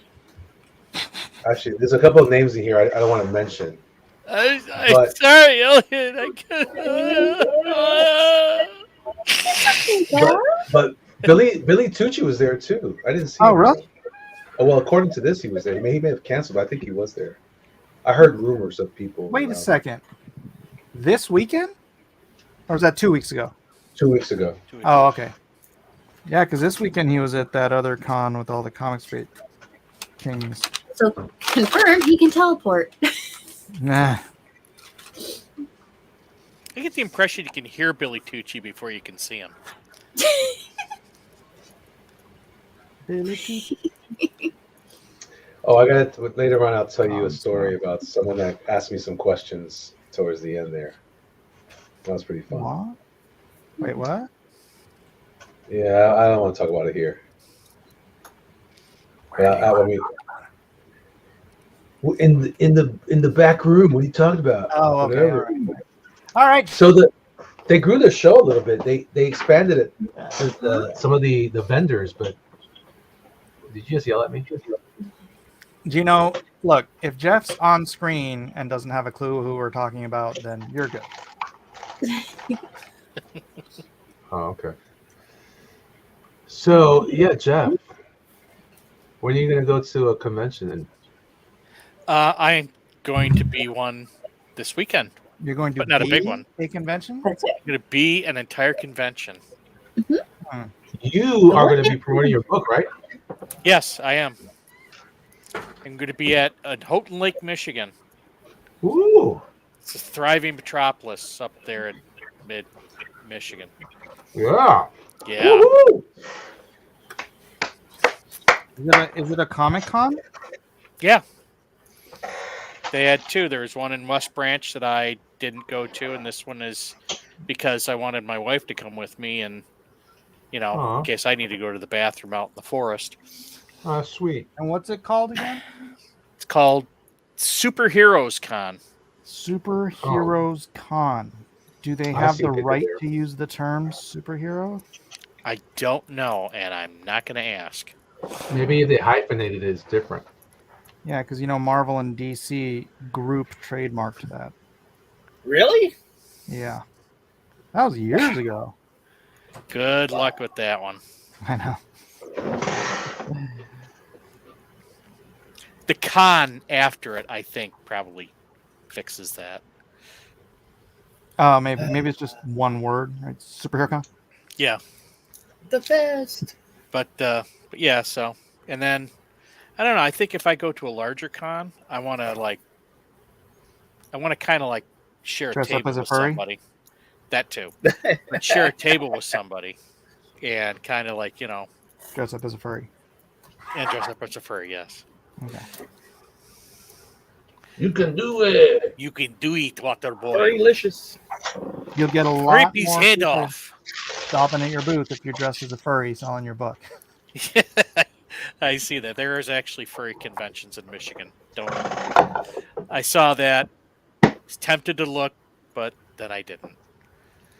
So, but yeah, no. Was it Eric Hawkins mentioned something about that he knows somebody who goes to the Motor City Comic Con here and gets a booth, and she cleans up because she's a fantasy author as well, and she really cleans up. There you So- go. Maybe you could slide into her booth. I Whoa. doubt that. Yeah. Well, do we need to go back on this description of love, like, and all that again? I said nothing about love. Oh, you Kevin, ain't that's ta- All awesome. out of love. I was about to say you ain't I've talking got about no love. descriptions. What? You ain't talking about love. Hey, what's love got to do with it? Love. What? Mike, Love? your love is rotten to the core. Hmm. Just like I told you Just like I before. told you before. Jeff, Before. Jeff, please. Before. Please don't ruin my enjoyment of certain things.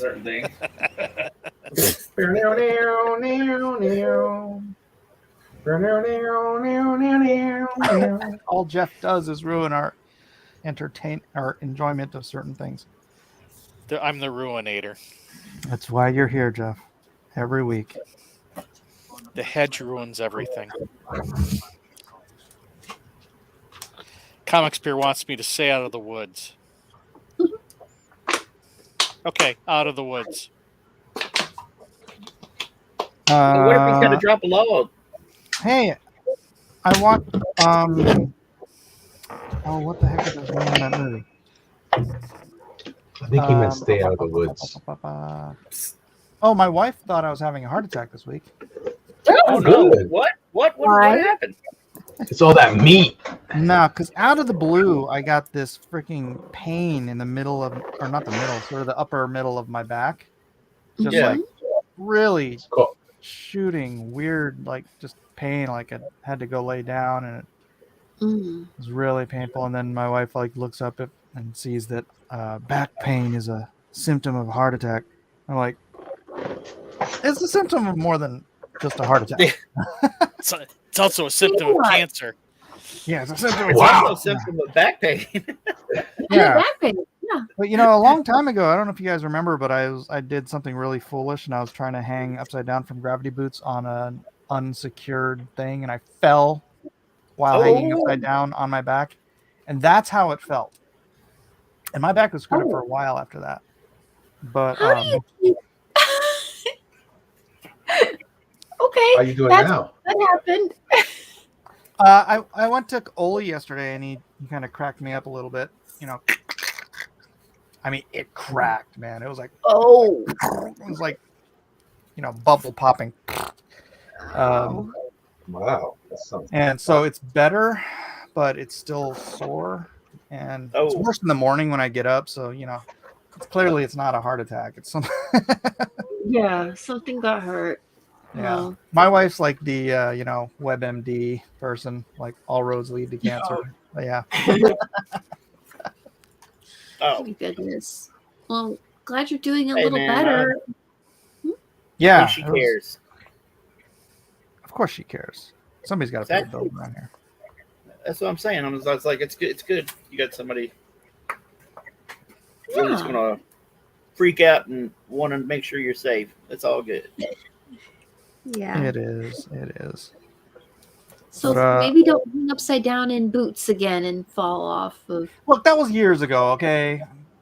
Okay. All right. Just We the haven't one. had a repeat that. Not doing it again. Okay. Cool. You don't want to upset whatever that was. Yes, this is space burn. The vertebra sticking out of your heart, out of your back, is a clear sign of heart trouble. Yeah. But it's, man, when that spot in your spine is misaligned, I mean, it goes out through your ribs and like all around. So it's like hard to take a full breath and all this stuff. I'm like, it was pretty rough. That's what I'm dealing with now, kind of. Oh, When I was like around 18 or so, I had polynetal cyst removed, and they tried doing because it's down near the tailbone, so they tried doing a spinal tap, or not a spinal tap, a spinal block, which is basically they inject something into your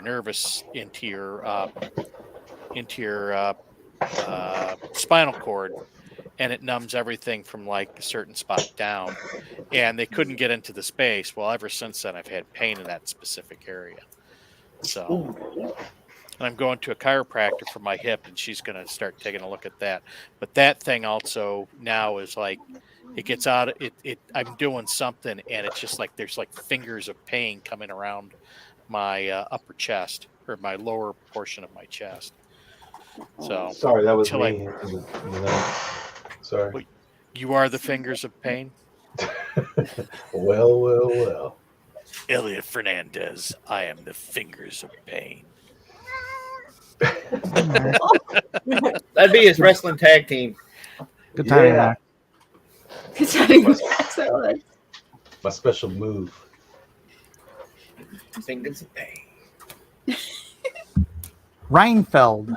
Was that the name of the movie? Reinfeld? That's the Dracula movie. The Nicolas Cage Dracula thing. Yeah, we watched that last night. That was funny, man. That movie's good. Oh, okay. I'll have to check it out then. It got bad scores from like critics. I'm not sure why. People just hate Nicolas Cage or something. It was good. It was. I mean, you can't take it seriously at all. And then I discovered after I was done watching it, that it was written by Robert Kirkman. I'm like, oh man. Yeah. What's wrong with that? I don't like him. Well, But that movie was okay. The movie. I guess if you try to take it seriously, that's why they gave it a negative review. They thought they were How going to could get you like a possibly take it seriously? I don't know. I feel like you'd be going to that movie for something that's kind of over the top and funny. Yeah. I wanted what to see if he was going to do a real take on it, but I'm happy. I haven't. I was considering seeing it, but I at the same time I had trepidation about it because it looked like it was like really gory. Because I thought maybe it's really gory. Yeah, so that But throws me off. From It's the like tone Evil of it. Dead 2 gory. Yeah, okay. Like ridiculous. Like one guy gets his arms ripped off, and it's straight. It's like Monty Python, just blood gushing in both directions. Oh, okay. You land on a guy, and he just explodes like 40 gallons of blood just going everywhere. It's like ridiculous. Yeah, see, that's one of the reasons why I would be kind of hesitant. I was hesitant to see it because you can't tell the tone sometimes from stuff like that when it's like extreme gore or something. And it's like, hey, your mind's telling you it's Nicolas Cage. It's not going to be whatever, but then you're seeing kind of the tone. Seems like it's really leaning towards horror, at least in a couple of the shots. And that's why I hadn't seen it yet. But if you guys said it's good, funny and stuff, I'll check it out. Yeah, it's all funny gore. It's not like you can't take any of it seriously. Can't trust Mike, Kev. Can't trust Mike.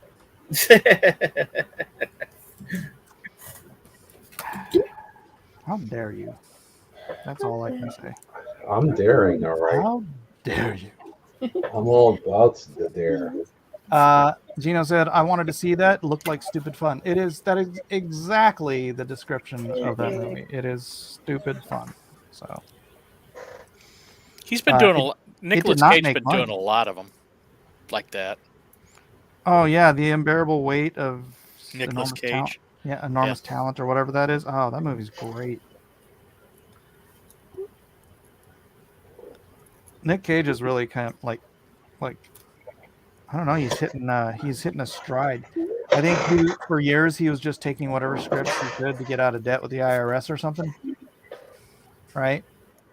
Like I watched his Left Behind a few weeks ago. Hey, the short guy in that the little person in that movie. I went Wow. to school with him. Oh, in Nicolas Cage's Left Behind? Yep. He's also the same guys in which one is Johnny Depp and Pirates of the Caribbean. I went to school with him. Oh, okay. Does he not like it when you call him a midget, Jeff? I didn't call him a midget. I said little person. I called him a midget. Does he not like it when you call him a midget? Is that why?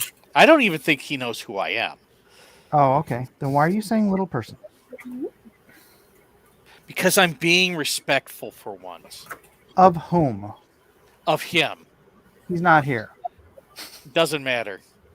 What you do when no one's watching, something.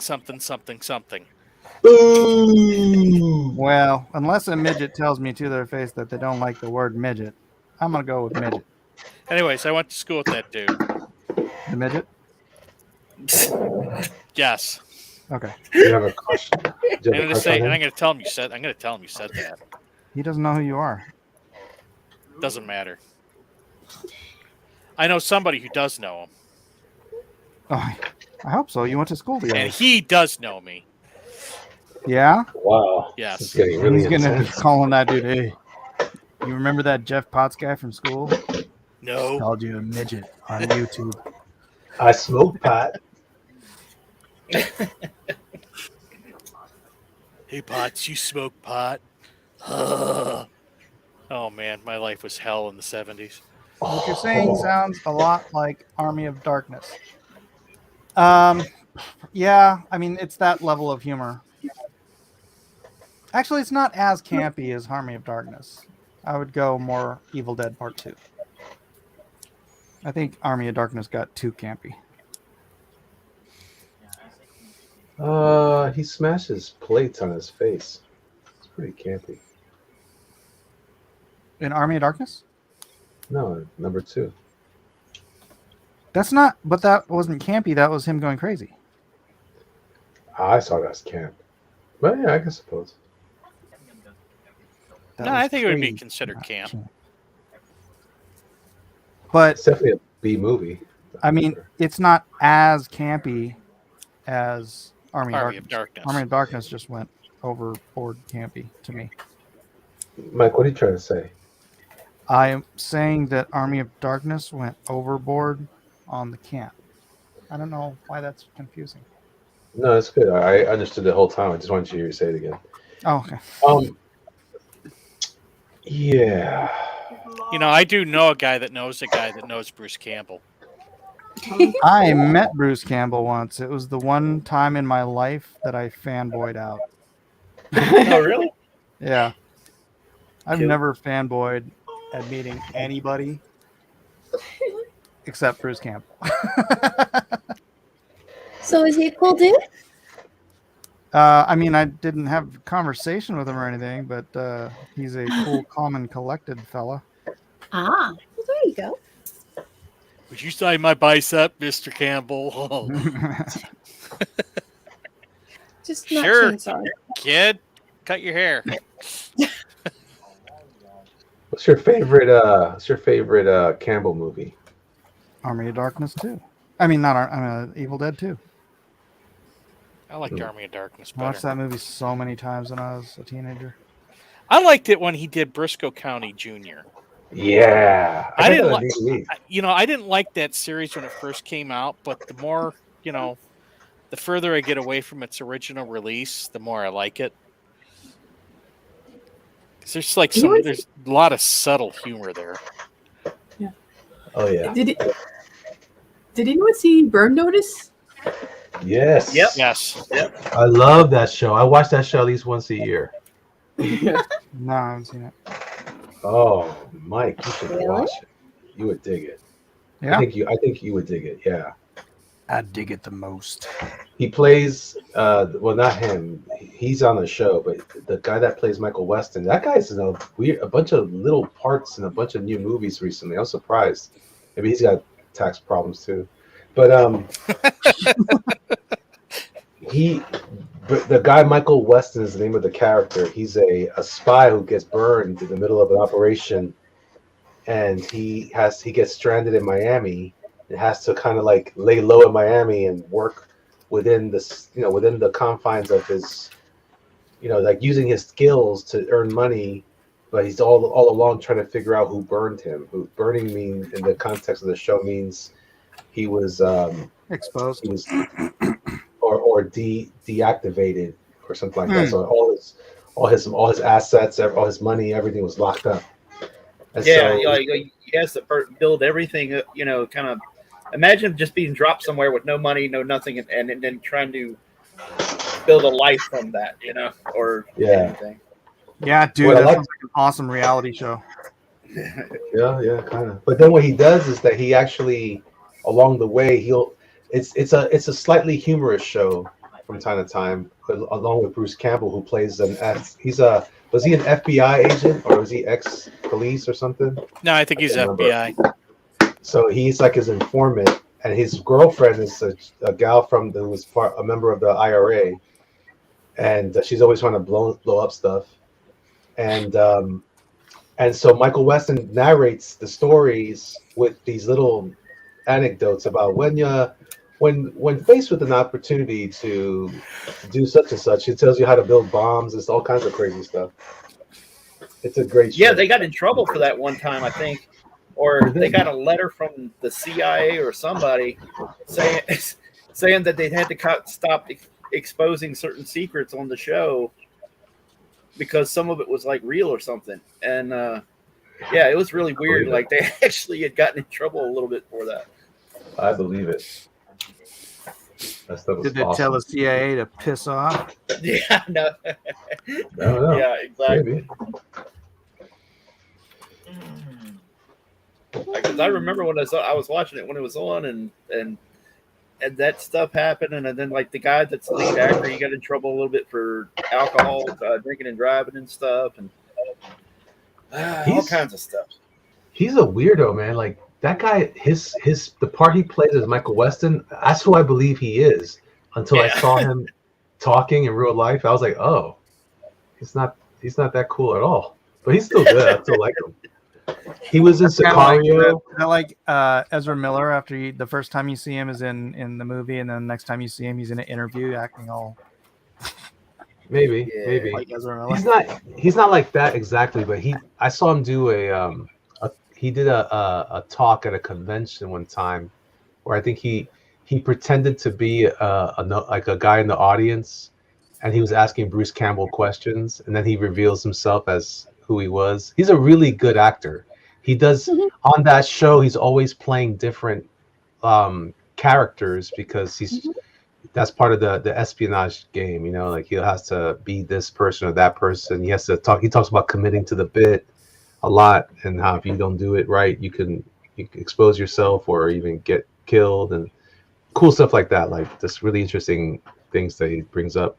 Gino says, before I watched it, I was told it was like a modern day MacGyver. I would say so, to a degree.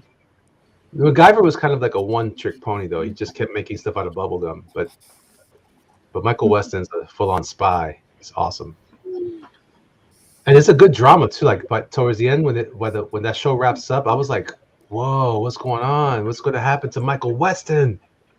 No, Michael!" And of course, I stopped. And I realized I was calling you. And cried. But it moved me, Bob. But a manly cry. Did you cry for real? It's good. I didn't cry. You cried. I did cry. I'm not gonna lie. What else was good? I'm not crying. You're crying. But he was the guy that plays him. I forget his name now. I used to Jeffrey something or another. I think Donovan, something like that. Yeah. There you go. So he also was he was in Sicario. He was also in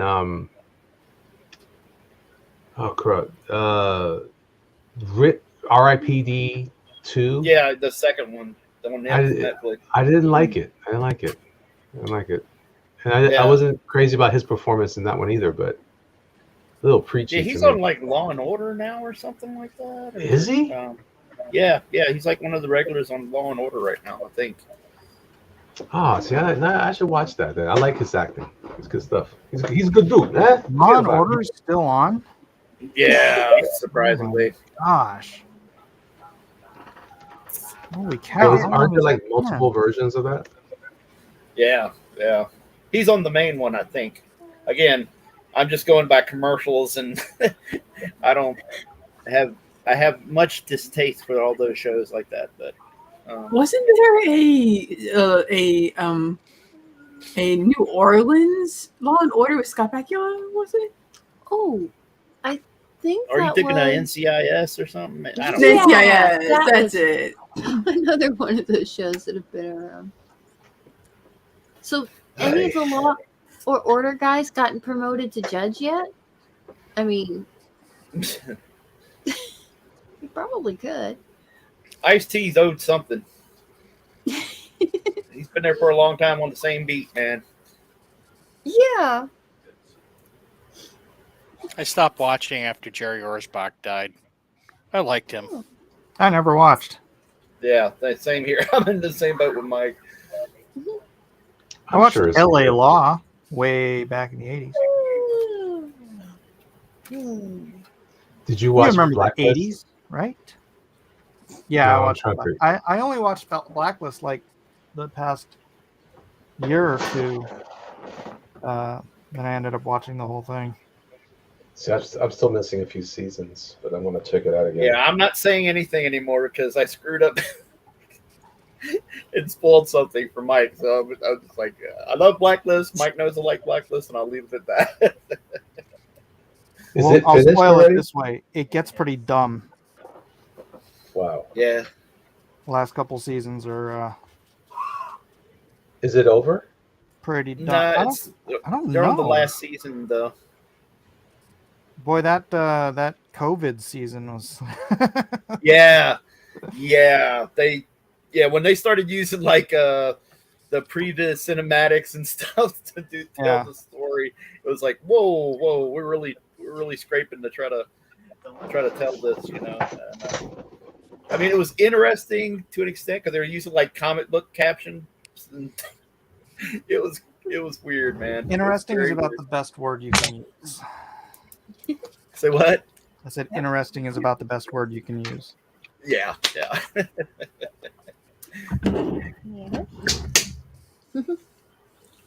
You?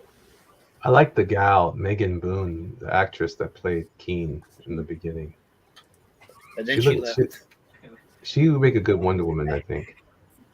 Yeah, I think she had the best for it. Yeah. What do you guys think about the new Superman guy? Oh yeah. I think he's a good actor, and he looks like Cavill. So if he can put on about 30 pounds of muscle, I think he'll be good. Can I say? Here's a weird take. I think he looks like a mix between Cavill and Reeves. There was in his eyes. He has like Christopher Reeve's eyes. Huh. Yeah. Take a look at that next time you see him. Like, just see what I see. Maybe He has a little light in the loafers, though. Oh yeah. Yeah, he's better shoot. That's what I hear. You know who else? Welcome to Hollywood. I like that guy from Lord of the Rings, the Hobbit, the guy that played the Bard. Oh yeah. Bard. He's like that too, and I'm like, he was great. I was surprised to hear it. I was like, oh man, why would I be surprised? Who do I think I am? Coming to conclusions and stuff using critical thinking. How dare I? Yeah. Well, my concern about that is I want him and Lois to have chemistry. Oh yeah. That's kind of that's the story is Lois and Clark. So it's right. Hopefully, they can have that on screen chemistry, even if it doesn't play out in the real world. I like the Lois. I like Lois too. She looks good. I think she's well cast. Yeah. Yeah. Just the marvelous Miss Mabel or whatever. I'm looking forward to seeing who Lex Luthor is. They're bringing that guy back, I think. Kevin Spacey. No. Not the other guy. The rumor is that it's Nicholas Hoult that's in the running for it. We'll see. That's the guy from Renfield. Yeah, and the Beast from the later X-Men movies. I could see that. I could see him as well. He's a little pretty boy for that though. I like when Lex is a little more like that cartoon messed him up for me. I see. What's his name? The Highlander guy. Clancy Brown. Clancy Brown. I see him kind of as that guy now because of his voice. Yeah. Why do they always make Lex Luthor look like a black guy in the cartoon? I think they were going for Telly Savalas. Yeah, that's what they were going Telly for. Savalas. Yeah, I think that was with the lips and stuff like that, and the eyes and the lips. I think that was what they were trying for when they did it. Yeah. Listen, Mike. Why you gotta say it like that, bro? Because he looked like a black guy. Oh, you gotta be like that, bro. I wish I was a black guy. That's what I thought at first too. Like when I watched it, and then when somebody mentioned or I read an article or something, and somebody mentioned Telly Savalas, I was like, oh yeah, I can see that now. I don't know why I couldn't see that. I saw it the whole time. What's wrong with you? Both of you guys. I'm ashamed of you. Both of you. I'm Tim to you. How do you like that?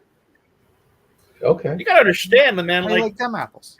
Kojak was like when I was like 4 or something like that. I wasn't really all that old when Kojak was out. Kevin, we're the same age. Aren't we the same age? I'm 49. Well, so am I. But when did you turn 50? Later part of this year. I have the same birthday to Stan Lee. It's the 28th. Of December? Yeah. Sorry. Oh. December, yeah. Oh, I didn't know that. Guess what? You're a puppy. Yeah. I turned 50 in August. I'm an old man already. I'm a dead August man walking. what? 11. Oh, I cool. turned 52 August 26th. Woo! Yeah, man. I get to get my my blood work checked out on the 10th. Yeah. Let's go. Can't wait. Did you say August 11th? Yes, sir. Yeah, that's when I get. It's funny you keep talking. You say something about medical stuff. It's like that's when I got to go get my my checkup for my see how I'm progressing from my. See, man. I'm telling you, dog. Yeah. My birthday's a special day. What's up? I'll be thinking of you as I get my CT scan. I know, right? That's terrible. I can't wait to get my diabetes blood work done. Ugh. I get that. They gave me that little button to put on my shoulder. I'll be going through the machine. It's like, hey, you might feel a sensation of like you're going to pee yourself. Elliot, happy birthday, buddy. Oh, as I pee. Oh. I'll be here not having diabetes. Hey, this isn't because of diabetes though. Luckily, this one's just for my breathing. So my lungs. Oh, okay. I'll think about you, Mike, when I get my prostate checked.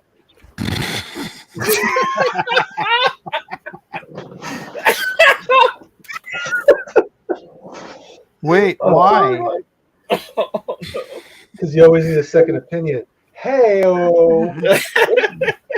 where's Jeff? Jeff's not even. I can't even hear Jeff complain. That's I'm waiting fine. for it. Oh, well. It's better this way. That's true. What's he got on his avatar there? Is that the? It's a is that hedge. Oscar the Grouch? Don't ask. It's It's a like hedge. Oscar the Grouch. It's yeah. It's a hedge. It's cute, right? It's Jeff Yeah. the hedge. I guess, Jeff. I guess. So, yeah. So back to Joe Fest. What's up, bro? Yeah. Best show ever. I haven't been to a more fun convention than Joe Fest. There was, I got to. You know who Hooded Cobra Commander is, Kevin? He's Oh, muted. Kevin's muted. Oh no. That's because Mike doesn't like. I didn't when he mute talks him. like that. Kevin's muting himself. Oh, maybe something's going on. Oh, he's coughing. Anyway, Mike, that was the best convention ever. Oh, now you're talking to me. Yeah, well, I have to. So, no, man, for real. They had. So, what's cool about GI Joe Fest or Joe Fest is yes, Yo Joe, but also there was like nothing but old school toys because obviously it's such an old thing. Oh, cool. So they had like the Bionic, the $6 Million Man, Bionic Man figures. Ooh. People were selling stuff like that. That one guy has like, that's all he sold with body parts and parts for those figures. So you guess he could build them again. Oh, That was really? kind of creepy, but that was awesome. Yeah, dude. Some people were selling the old Bigfoot that came with that show. I was like, what? Dude, it was so cool. It was so cool. And everyone was just happy. And there were no children. And they only cosplayed one day. Everyone was happy because there were no children. There was no anime costumes. There was no, weird, overly sexualized costumes or nothing. So it was just nothing but 50-year-old bald guys. Bald Bald guys. You would have been cast aside. with your hair. Oh man, There's so many bald guys. It was There's a very, so many, very Huh? manly Comic Con. dude. So manly. One guy came out with a Castle Grayskull that he had made out of like paper mache. He was walking around with it. Like, I'm like, are you crazy, Awesome. bro? That's amazing. Yeah, dude, it was so cool. It was What so kind cool. was And it now again? the Joe Fest, the Uh, best convention I've ever been to since I've ever gone to conventions. It was the best. I've never Now I been wanna- asking about the Joe artist. I wish. See, Now I kind bro? of wish. You should just ask. And I tell you what, I want to go to PowerCon now. hey, wait a second. I was the GI Joe artist. Yeah, why don't you go? Yeah. Why don't you go, sucker? It's not a I don't think. You should go. First of whoa. First of I don't all, you appreciate are a that. nerd. Yes, and secondly, we were all sophisticated consumers there. I don't want to hear that mess. Mm-hmm. Oh, it's so cool, bro. Then there's these guys now that are doing all kinds of cool stuff with 3D printing. Mm-hmm. Oh, I talked to the dude from Spiro Toys, the guys that's doing all the apes. It's Yeah, called the Warriors of the Animal Kingdom. Yes, he was awesome. Yeah. Awesome. All the guys that I watch that do the toy reviews, they were there. Not all of them, but many of them there. Hooded Cobra Commander was there in the hotel. I said, Hooded Cobra Commander. He looked at me like, oh, somebody knows who I am? I said, you're amazing, man. I watch your show all the time. I love your reviews. Keep it up, man. He's like, hey, thank you. And then my friend Felix was like, hey, man, I'm big. Felix was all geeking over Larry Hama. I said, Larry doesn't know who you are, man. It's okay. That's okay. Larry doesn't know who anyone is. There's not anybody. He'll forget you. And then Brian kept saying he'd tell his stories about how Larry Hama can't remember his name. Yeah. So Felix goes, yeah, tell Timmy I said hello. That's awesome. Wait, Yeah. Timmy? Nobody. It's just a pretend name that he doesn't have to remember his name. So Felix went up there and goes, listen, I just gotta tell you. He took a picture with him. He was so excited. It was awesome. He's like, that's my best friend. He's just ridiculous. He goes in there. He's like, man, you know what Larry Hammer just told me? I said, what, Felix? What did he just tell you? He said, you're a real American hero. And I said, yes, you are, Felix. Yes, you are. And did you give him his money? Even better. Yeah, it was awesome. Oh, it was so good. I wish I could go back. That was like the best time I've had in years at any event like that. It was really good. That's cool. Well, they'll probably have glad another one. you had such a good time, Elliot. I'm just trying to tell you, Mike. Larry I'm not gonna Hama. like G.I. Joe. It's looking like Larry Hama next to Tony Scarp Bryan for life. Mm-hmm, that's right. Actually, Larry Hama asked about you, Mike. What? Not really. He didn't. No, not at all. Why would he? But So is that Mark Muller still going around? Who? Mark Muller. Remembered Mike. Oh, Wah, wah. I've been talking to Mueller. Mark on Twitter last couple of days about Superman. Mark who? Miller. Are you really? The writer, Mm-hmm. Yeah. Authority, Nemesis. Yeah. Let me Mark. guess. You guys have been friends for years. Let me guess. Well, no. But But we've known each other. We've known of each other since the very beginning of our careers, because Mark and I were both supposed to be on Aztec together. Kevin knows this story. oh, Aztec. Yeah, That's and then the it Mexican was hero. him and Grant Morrison were writing that book together, and they took so bloody long. I bailed on the book. So it would have been Mark Miller and Mike Miller? Yes, that wouldn't have Yeah. been confusing at all. Remember. And they're spelled a little different. The Miller and Millar. A lot of people Yeah, like to say. I mean, Millar. I already get confused with him like half of my career. So Maybe it would have worked out. No Andrew Hayes, no Matt Cosson. Yeah, he's Yeah, no watching. Matt tonight. Which movie was it? Indiana Jones. That's it. Okay. He called it Indy Space Anna Jones. Mike texted him, and Matt said, "Leave me alone." Okay, now that would be No.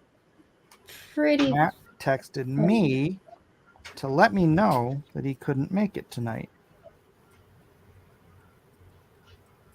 We did have a daughter, though. If her name was Indiana, that'd be kind of cute. Yeah, there you go. And at the end of the text, Matt said, "Now leave me alone." No, he said, don't forget to remind Jeff to shut up.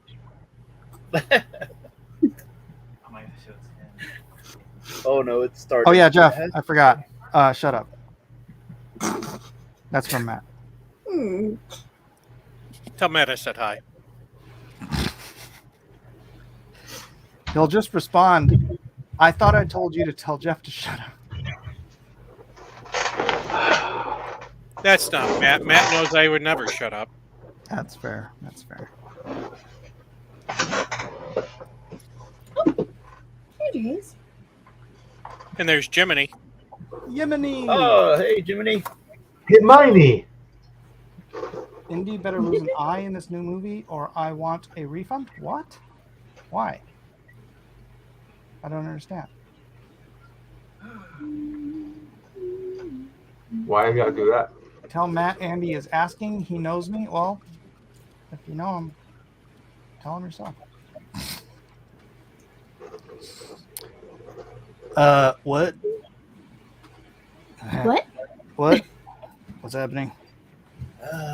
It's all fun and games till somebody loses an eye. Well, don't do that. All right. This looks cool. So are you finishing up another page for your comic, Kevin?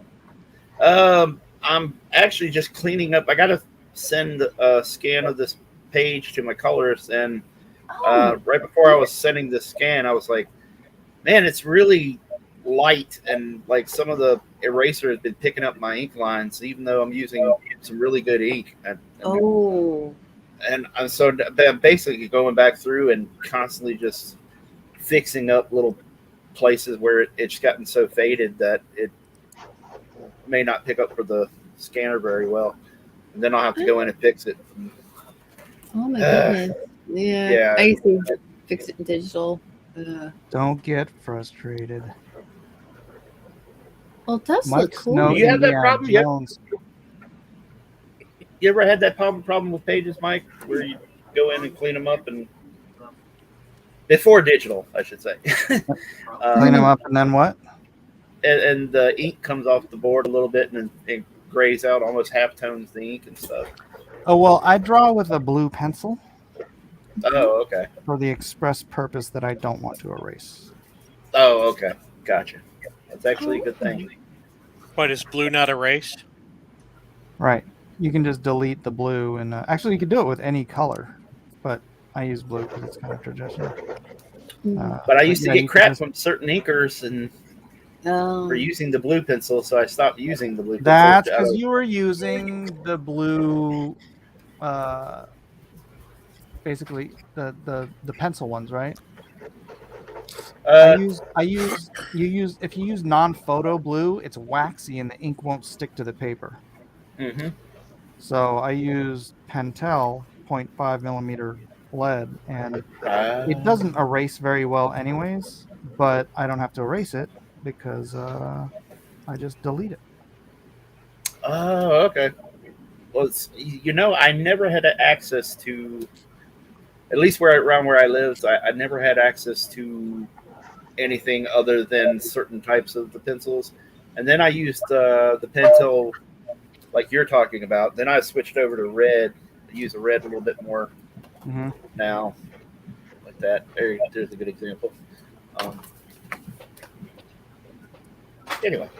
Yeah, I hate that erasing and then having to re-ink spots that are it just sucks. But you have done that before. I just want to make sure that what I'm doing isn't out of the norm by trying to touch it up and fix it. No, it's not. Okay, cool. All right. I'm not an outlier. I'm not some freak. Oh. Nonsense. You're a hell of a freak. You're also not using very good ink. if that's what's happening. Well, no, I'm using. Well, I'm using a mixture of things. I'm using the Micron and the. Your recommendation. Dr. Oh, Panda. H. Martin.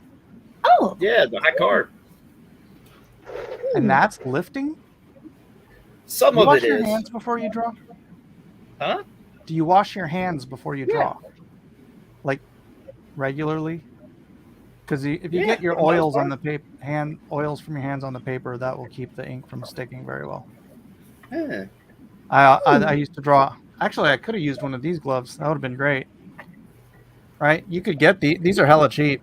You can get them online and use them to keep the oils off your page. What do you? But I used- Oh, yeah. Yeah. I used to just have a sock that I would cut finger holes out of. Oh, okay. I know a lot of people would do stuff like that too. Yeah. I had a couple of friends that would do that. Yeah, ink and oils are not friends. I just assumed it was for smudging. I didn't know. Nope. And now you know. And knowing's half the battle. Is there G.I. Joe? Is there certain kinds of erasers that would be better for cleaning up inked pages then? Like, are some harder on inks than others? Just the white plastic erasers. Like, I think that's the ones you use, right? No, I use kneaded erasers. Oh, really? Yeah. Is that bad? I hate kneaded erasers. Okay. They're impossible to keep clean, or at least I've not had much It luck. seems a little coarser. Do you have any white plastic erasers like Tombows or Stedlers? No, only thing I got is. Oh, right there, yeah. Does that lift your ink? Yes. It does? I have How to be hard really are you careful. rubbing exactly? Because graphite doesn't have to be rubbed that hard to get lifted. You haven't seen my pencil lines. Do you dig the page into the page? Yeah, he does. Uncontrollably, yeah. So I've tried to lighten my touch, and Gotcha. It gets a little messy. Well, there's no hope for you then, Kevin. Oh, okay. Well, we've solved that problem. I don't even know if I can get close enough to. You know, you could scan it and then you could make a duplicate layer and then like hit multiply, and that would darken up the fainter lines. If you're sending I just go in and play with the levels unless that's too crazy or too dangerous. Oh, okay. That works too. You can do both actually. You can do what Amy said first and then play with the levels, because then you'll have twice as much black or gray to mess with. Oh, okay. What was your technique again, Amy? When you scan it, make a duplicate of the layer and then set it to multiply. And then flatten it and then adjust the levels. Oh, okay. All right. Then flatten it. Oh, okay. All right. I will try that. I'll try to remember that. I'm not great with the technology just yet as far as playing with those things.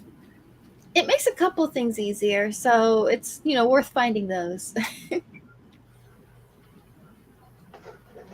Oh, and found out the reference to Indiana Jones losing an eye. Apparently, in the Young Indiana Jones Chronicles, Indiana Jones was like a much older man in the series, and he was wearing an eye patch, and they never really addressed what happened. I haven't seen that show since it actually came out, which was in the 80s. Cool. So we'll see if they're gonna, keep with that continuity check or not. But I don't know. Well, I don't know how this movie is gonna come out, so I won't try to guess. Also, does anybody have a Epson Workforce all-in-one scanner copier thing? Yeah. By chance? I've had various. You're welcome, Jiminy. I'm having problems. My scanner's software is stop scanning up to 600 DPI. It only scans to 300 now for some reason. Really? And and it's driving me crazy because every application I download to try to use it for scanning, it will only go to 300 now, and I'm getting really upset because I would like to not have to buy another scanner. That sounds like it might be a driver issue. Check the driver. Yeah, it sounds like it. What's it called again? Yeah. Workforce. Which one do you have? 720, I think is what it is. Oh, yeah. I have the 7840 or something. Workforce 7720. Okay. Yeah. And I've tried downloading other programs. I've tried downloading the Epson program, and it will not. The software won't scan any higher than 300 for some reason. Have you tried reinstalling the drivers? Did you try turning it off and on again? I used to work at a call center. I know what you're saying, Mike.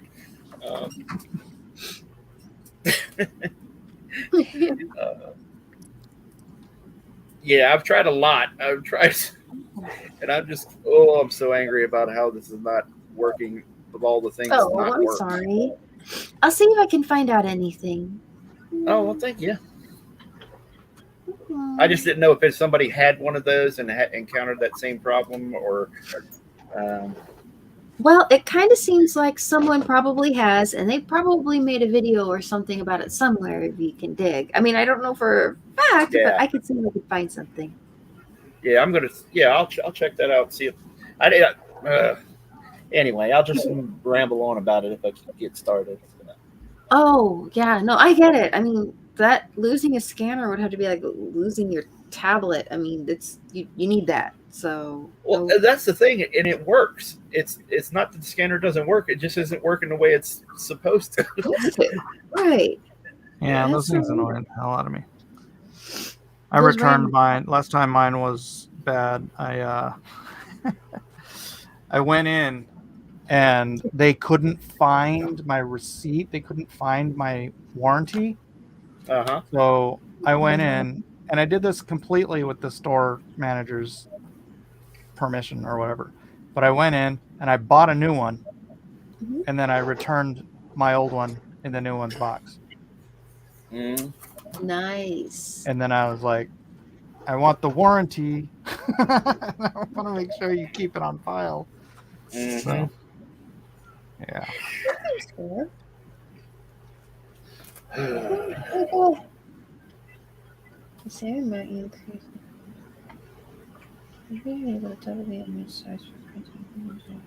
Kevin. Yes, sir. What do you think about Snow Serpent? Snow Serpent. Oh yeah. Let me see. I'm trying to think. Is that the Cobra driver that was for the Snow Wolf? That's the one with the wolf pelt on his back. So, have you seen the new releases? The new images? I think so. I think I saw that one. But I thought that the Snow Serpent. I don't know. I thought they were the drivers for that white. Maybe I'm wrong. I get a lot. Sometimes I get a lot of the stuff mixed up. They may have used for that. Yeah, I had because I had that vehicle when I was a kid. I only had like a couple of Joes. It was kind of the same thing with my He-Man stuff. I only had a couple of the Joes here and there, and then I had that Snow Serpent, and then the Sergeant Slaughter tank, or I mean the Snow Wolf, the vehicle, and the Sergeant Slaughter tank when I was a kid. But it was awesome. The reveal was pretty cool. Yeah, bless you. Gino wants to know what DPI it's supposed to be capable of. I think mine is 1200. Yeah, it goes up to the same thing here. It's supposed to go up to 1200. Oh my gosh, do you have a Windows or a Mac? Right now I'm using a Windows okay. computer for my scanning. Yeah. All right, well, that one I know better anyway, so that's fine. But I always just assume Windows. I'm like, well, don't just assume Windows. Like, oh, right. Check. My iPads can connect to it. Okay. When they're being nice, they can connect to it and scan from it. It just it doesn't do it very reliably, unfortunately. Okay. Something about the Bluetooth, like sometimes it'll detect it, sometimes it won't. I don't know. It's really weird. Yeah. Sometimes you feel like a nut. Sometimes you Yeah. don't. Sometimes you don't. Exactly. Let's see. Scanner error. Oh my goodness. That's a fish. Yes. The Gino scanner has is feeling like it. Gino Go has ahead. done 5 minutes of research and thinks it's a driver issue. I would just assume it's a driver issue. Yeah. Yeah, I mean. So what do you think? I should just reinstall or? You haven't reinstalled your driver? Huh? There is a difference between. Again, I'm not trying to assume your level of technical knowledge on computers and drivers and stuff. So I don't know, but a lot of times when you get a piece of hardware or something like that, it has to have drivers, but it also has software that's packaged with it. But those are sometimes separate. So if you have this is my scanner and it's a little scanning program that comes with it, you can uninstall that and reinstall it, but that's not the drivers. So the driver is a separate piece of software that kind of runs in the background. So you can uninstall the scanner and then not have necessarily updated or replaced or reinstalled the drivers. So again, I don't know what Go ahead. You were saying that that it was originally reporting back that it would work at 600 DPI, but now it's not. Yeah. Did you do any updates recently? I'm trying to remember because it's been a while since I did any kind of update on the actual machine. It's got one of those LED screens and stuff, so I'll go into. It's got one of those little tiny LED screens, so I'll go into it. No, I'm talking about your. I'm talking about your computer. Yeah. Oh, no, I haven't done any updates on that. No. Although no, I have had an update on just general updates for the laptop itself. We have a question for the chat. Yeah.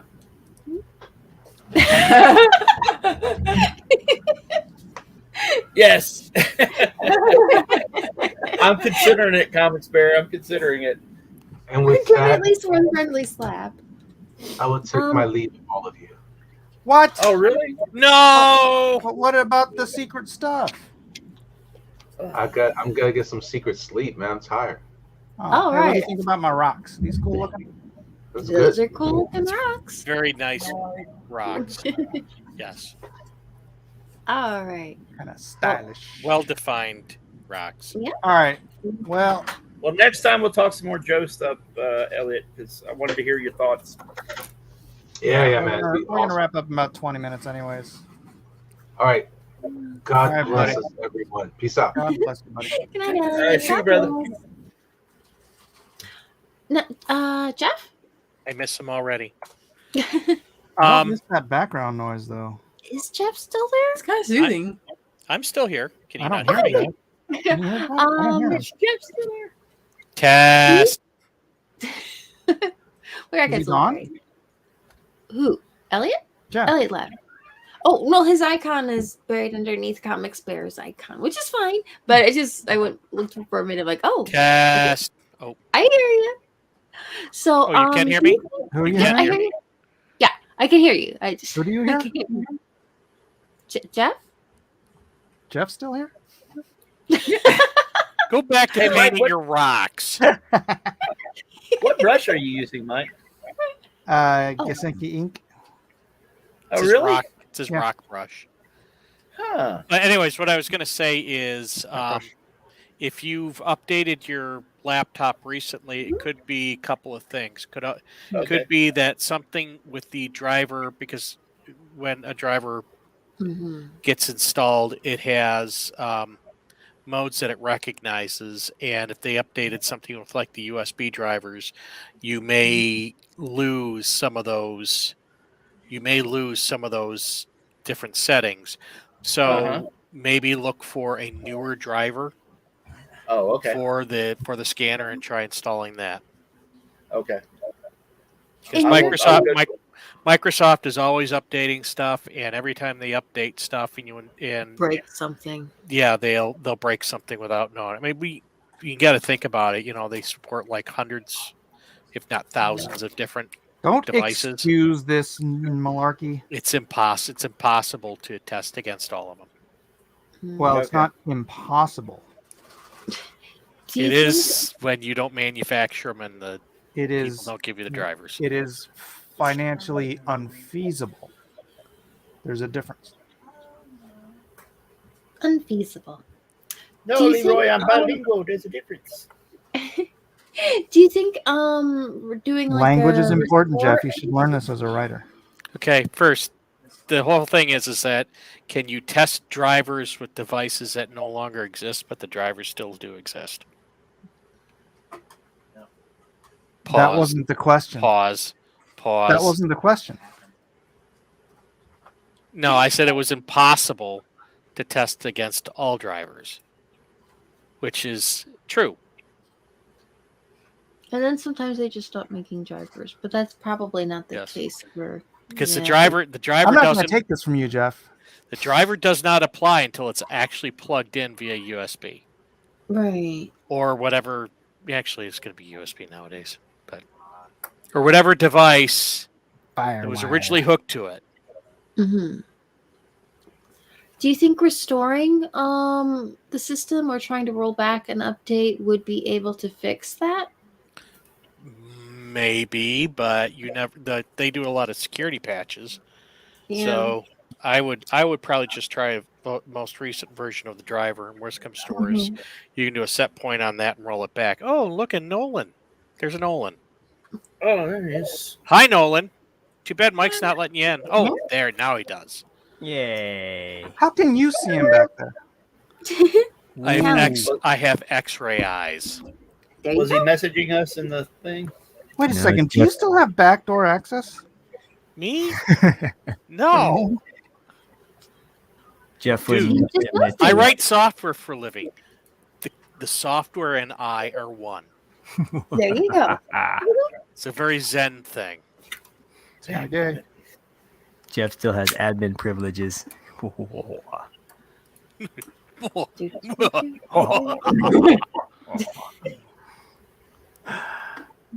How's it going, everyone? Doing great. Rock. What's going with you? All right. I would have been here sooner, but I was putting my daughter to bed, so she takes. A likely story. She takes a sweet time. It would have been here sooner, but I was waiting for Elliot to leave. Oh, What? Timing. I know. I Timing miss is everything. Elliot. I miss him already. Did you really though? Did you really? Do I do Anybody it? watch D&D? What? Did anybody watch the D&D movie? Yes. How'd you like it? I thought it was a fun movie. Yeah, me too. I saw it pop up in on the channel, but not playing. No, haven't played it yet. Yeah, it's on MGM for free. So. I think we went and saw it with for Mother's Day. My wife wanted to go out and see a movie, and it was like the only movie out there that was worth watching. And everybody liked it. So That's fantastic. It was a fun little romp that didn't make any money. Oh, it'll make money. No, I think it lost a considerable amount. Seems like most movies nowadays are not making money.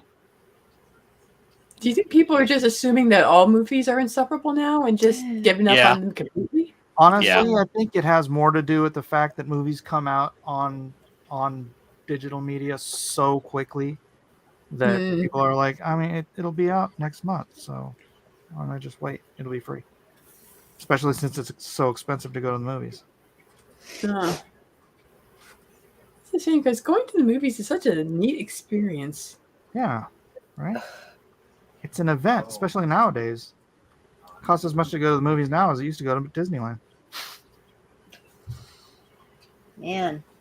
And so, what does Disneyland cost? Like a car? Yeah, pretty much. Yeah, it's expensive. Thousands of dollars. Oh yeah, if I Car. tried to take my entire family to Disneyland, forget about it.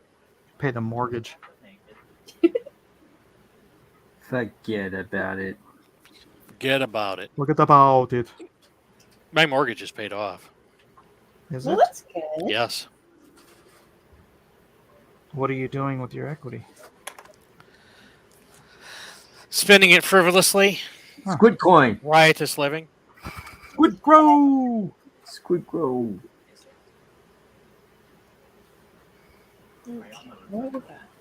I think movies are just. It's funny how we've come this far, and with all the stuff that we can do with technology, that movies still cost so much money to make. Yeah, I think that Oh, good. Oh, AI sorry. is going to make it cheaper, though. It's a crazy thing. It's like you have movies are in such bad shape already, right? And then suddenly everybody wants to go on strike in Hollywood and not make movies during that time. I don't think the studios are just going to sit there and not make movies, right?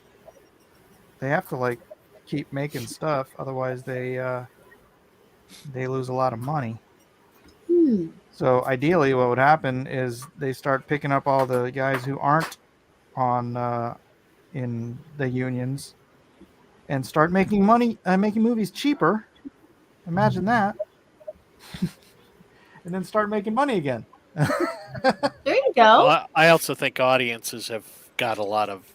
I think there's a lot of. I think a lot of audiences have gotten burned by bad movies, and so they're just not willing to go. Yeah, but there have always been bad movies. It's the difference is the price. No, well, yeah, it's the price, but I mean, they haven't been as bad as.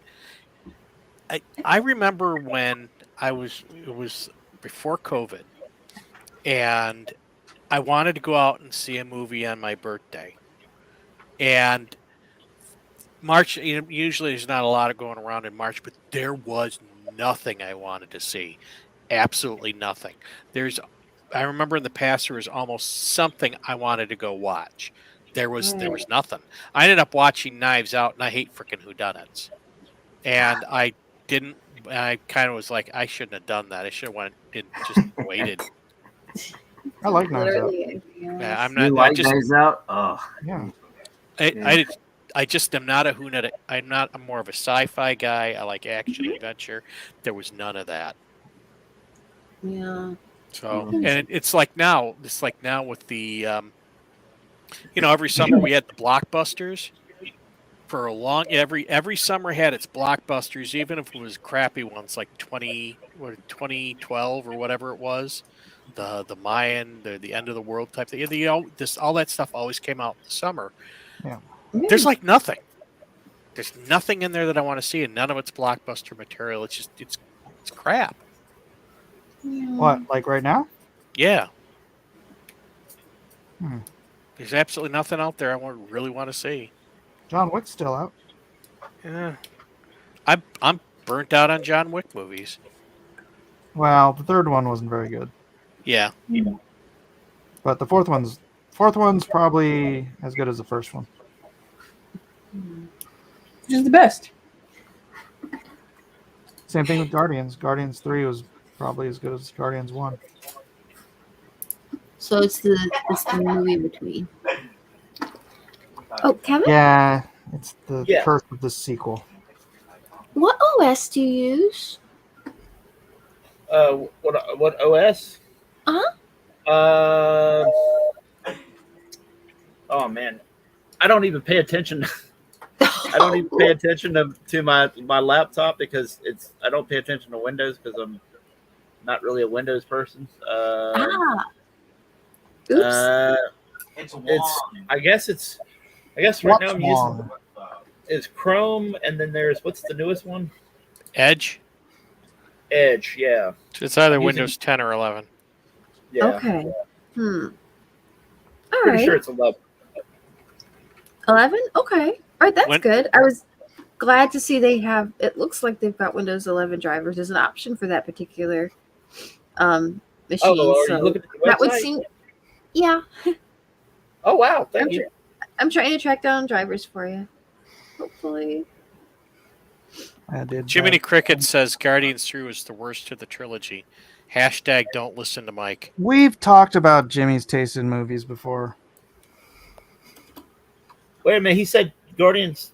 Oh, okay. He said 3. I thought you said 2. Oh, I was there like, it well, is. that sounds like he's in agreement with Mike then.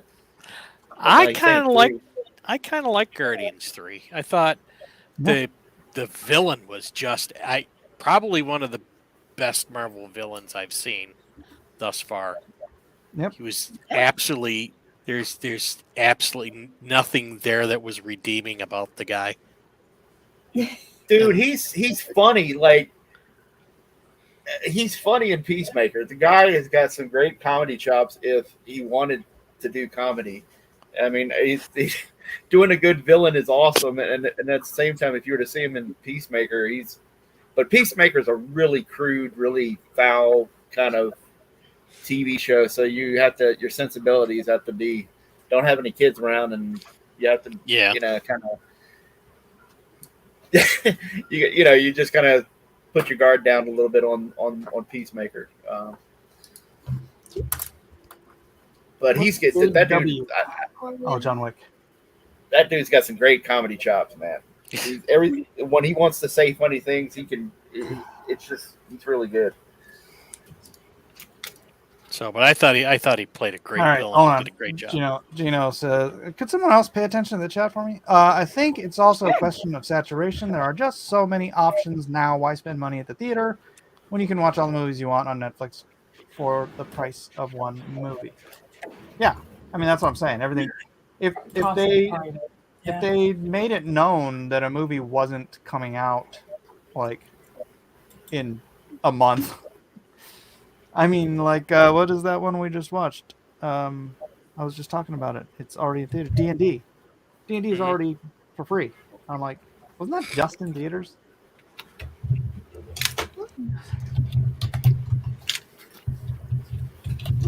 I don't know. Like, it depends on the movie, and it kind of turns me. I don't know. Maybe it's just the way I see things. But I looked at D&D and was it just from the trailers. It looked like it was as bad as the old D&D movie, or the late '90s D&D movie, whatever that was. Oh, that was terrible. Yeah, that was awful. But it looked that way from the trailers to me, and like, Chris Pine's got like a modern hairstyle. I'm like, why does he have a modern hairstyle? Because medieval hairstyles are horrible. Yeah, but that's the thing though. Like, in some respect, you want it to at least feel like it's part of that world, and it looked like they didn't care in some respects. Well, I mean, it was made to be more of a comedy. Yeah, and the thing is it's actually, the story is pretty well done, and the character relationships are all very good. Mm-hmm. And it doesn't hit all those same stupid tropes everybody hates. Like man hating and men are stupid, and everybody kind of works together, and everybody has their own personality. It all works. Is it like a D&D? Is it like a D&D movie should be? Probably not, but it's a fun movie, and it's a family movie. Well, I mean, realistically, what's a D&D movie supposed to be like? I wanted something kind based of dark on a freaking dark adventure. It's based on a role-playing game where people can have fun playing it. Well, I kind of like a dark adventure. I think that would be fun. That would be a great movie to do. And I'm not saying anything about the quality of whether it actually is a good movie. I'm just saying that the trailers that I saw of it didn't make me go, "Oh wow, I want to go see that." I think that was part of the problem. Yeah, that's why I didn't go see it in theaters, and I just watched it when it was free on MGM. Yeah, I'm part of the Coach, you- problem. Yes, you are. well, no, man, but that's the thing. I now that you guys are saying something about it, I'm like, okay, I'll give it a chance now. Before I was like, no way, there's no way. And a lot of times Michelle Rodriguez is not enjoyable for me in any movie. So, Really? something about her, man. She's got like the Tom. I've had this. You've heard me say this conversation with C. She got like the Tom Cruise vibe, where I just do kind of hate her on-screen guts, so to speak. And Great thing. I know it's hard to explain, but there's certain actors where you see them and you just go, man, I do not like those people. I don't. Oh yeah, I got a couple of those. And but at the same time, there are things that I do like with Tom Cruise in it. Julie, so it's what's not. her face? She's a redhead. Julie something or other. Yeah, I know which one you're talking about. Her face just looks like a skull. I can't stand that she gets cast in anything. I just never want to see her. No, Wasn't not she the one in Zero Dark 30? Zero Dark 30.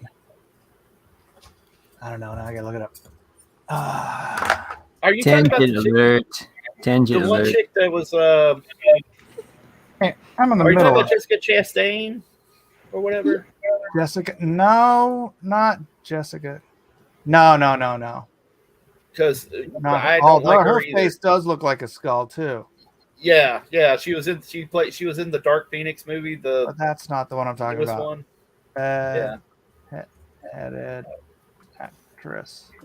I think it's Julie something. Yes.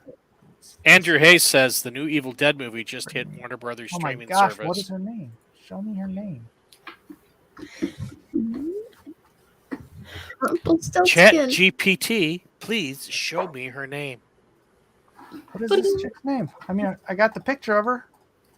Julianne Moore. I okay, never yeah. heard of whatever. Hate her. Yeah, that's a disappointment. I just want her to used not to like exist. her. I don't want her to die in anything. I just don't want Yeah. her to ever be in a movie that I see again. Yeah, I think we all have those actors, or at least a couple of them, one or two, that you just go, man. Is it like they've been in a couple of movies where they weren't good, or they seem to get typecast as a particular role, or for whatever reason, something about the performance is just. She looks like a skull. Well, for me, it's like it's going to sound very hippie-ish, but it's like some kind of weird vibe that they have on screen where you just instinctively. Chemistry's a thing, yeah. That makes sense. Exudes they exude some kind of chemistry or some kind of presence that you just hate them right off the bat. And Tom Cruise was like that for me. And then there was James Gandolfini. I can't stand that dude. I hate. Oh man. Ooh, like I first saw him in what was it? Oh, that's terrible. Crimson Tide. And every time they showed him, he would stare down his eyebrows at the camera. And he just looked like scum. Like there was something about him that was just like you wanted to punch right through the screen. And like every time the camera shots were on him, he would always look down and stare up through his eyebrows. And I was like, why do you keep doing that, man? There's I was like, he's trying to look menacing, but you're just a sailor on a ship. And I was just like, what the? And I don't know. Yeah, there's a few people I just. So not a Sopranos fan. Nope. I can't. I'll tell you something. I cannot stand mobster movies. Anything with gangsters or people that are really low, depraved, or not even that. Just where there's nobody that's good in these movies. There's nobody usually any good in these movies. They're all just levels of different bad. Yeah, trash. like Breaking Bad. Yeah, just levels of trash, and it's hard for me to get into anything like that. I just ugh. So you didn't like the gangster on Bugs Bunny? Well, he got comeuppance, didn't he? So you didn't like Apt Pupil? Let me see. I watched it because I was trying to figure out who Bryan Singer was as far as like a filmmaker before I watched X-Men. I did not even remember that Bryan Singer was involved. Yeah, he was the director. That was At That Pupil is and Usual funny. Suspects was why he got the X-Men gig. Usual Suspects was fantastic. At Pupil, I hated because there was nobody of any Yeah. discernible value as a human being in the cast. Yeah, if you feel like you have to take a as shower, characters, not like they're bad human beings in real life, but dude, oh, that movie. Not King Bob says he can't stand Dean Cain. Wait, what? Wow, are you serious right now? Oh yeah, it's 10 o'clock. I got to wrap it up. All right, boys and girls, thanks for joining us for another wonderful adventure on another Wednesday night. There's so much noise going on behind me now. It's really irritating. But thanks everybody for being here. Everybody go buy Jeff's book. Buy my book. Buy Jeff's book. Books coming out of a head. I was thinking about doing a last chance campaign for Lone Star 3 once I actually get done coloring it, or maybe even before that. Maybe I should get done coloring it and make sure I have it at the printer and everything. Great. So then it would be possible to pick up an issue? Yeah, might be a couple people out there who want to pick up an issue. Yeah. Yeah, contrary to popular belief, all the artwork is done, and we've seen the ending. Some of us have been privileged to see the ending and how cool it is. Yeah. So you kind of want to get it. Very distracting. Not that I'm not spoiling anything. No, I can't. Awesome. I mean, just watching the coloring, it really makes me want to see this thing in print. I can't wait. It's gonna be gorgeous, I'm sure. It's gonna be fun. It's got a twist. It does have. It's got a couple twists. It twists and it turns and it M. Night Shyamalan's you a little bit. Like back in the. Well, I was just invoking the Robot Chicken M. Night Shyamalan voice there. What a twist! Oh, were you? It's twist. It's twisty. It's very twisty. It does have twists. It will surprise people who are paying attention.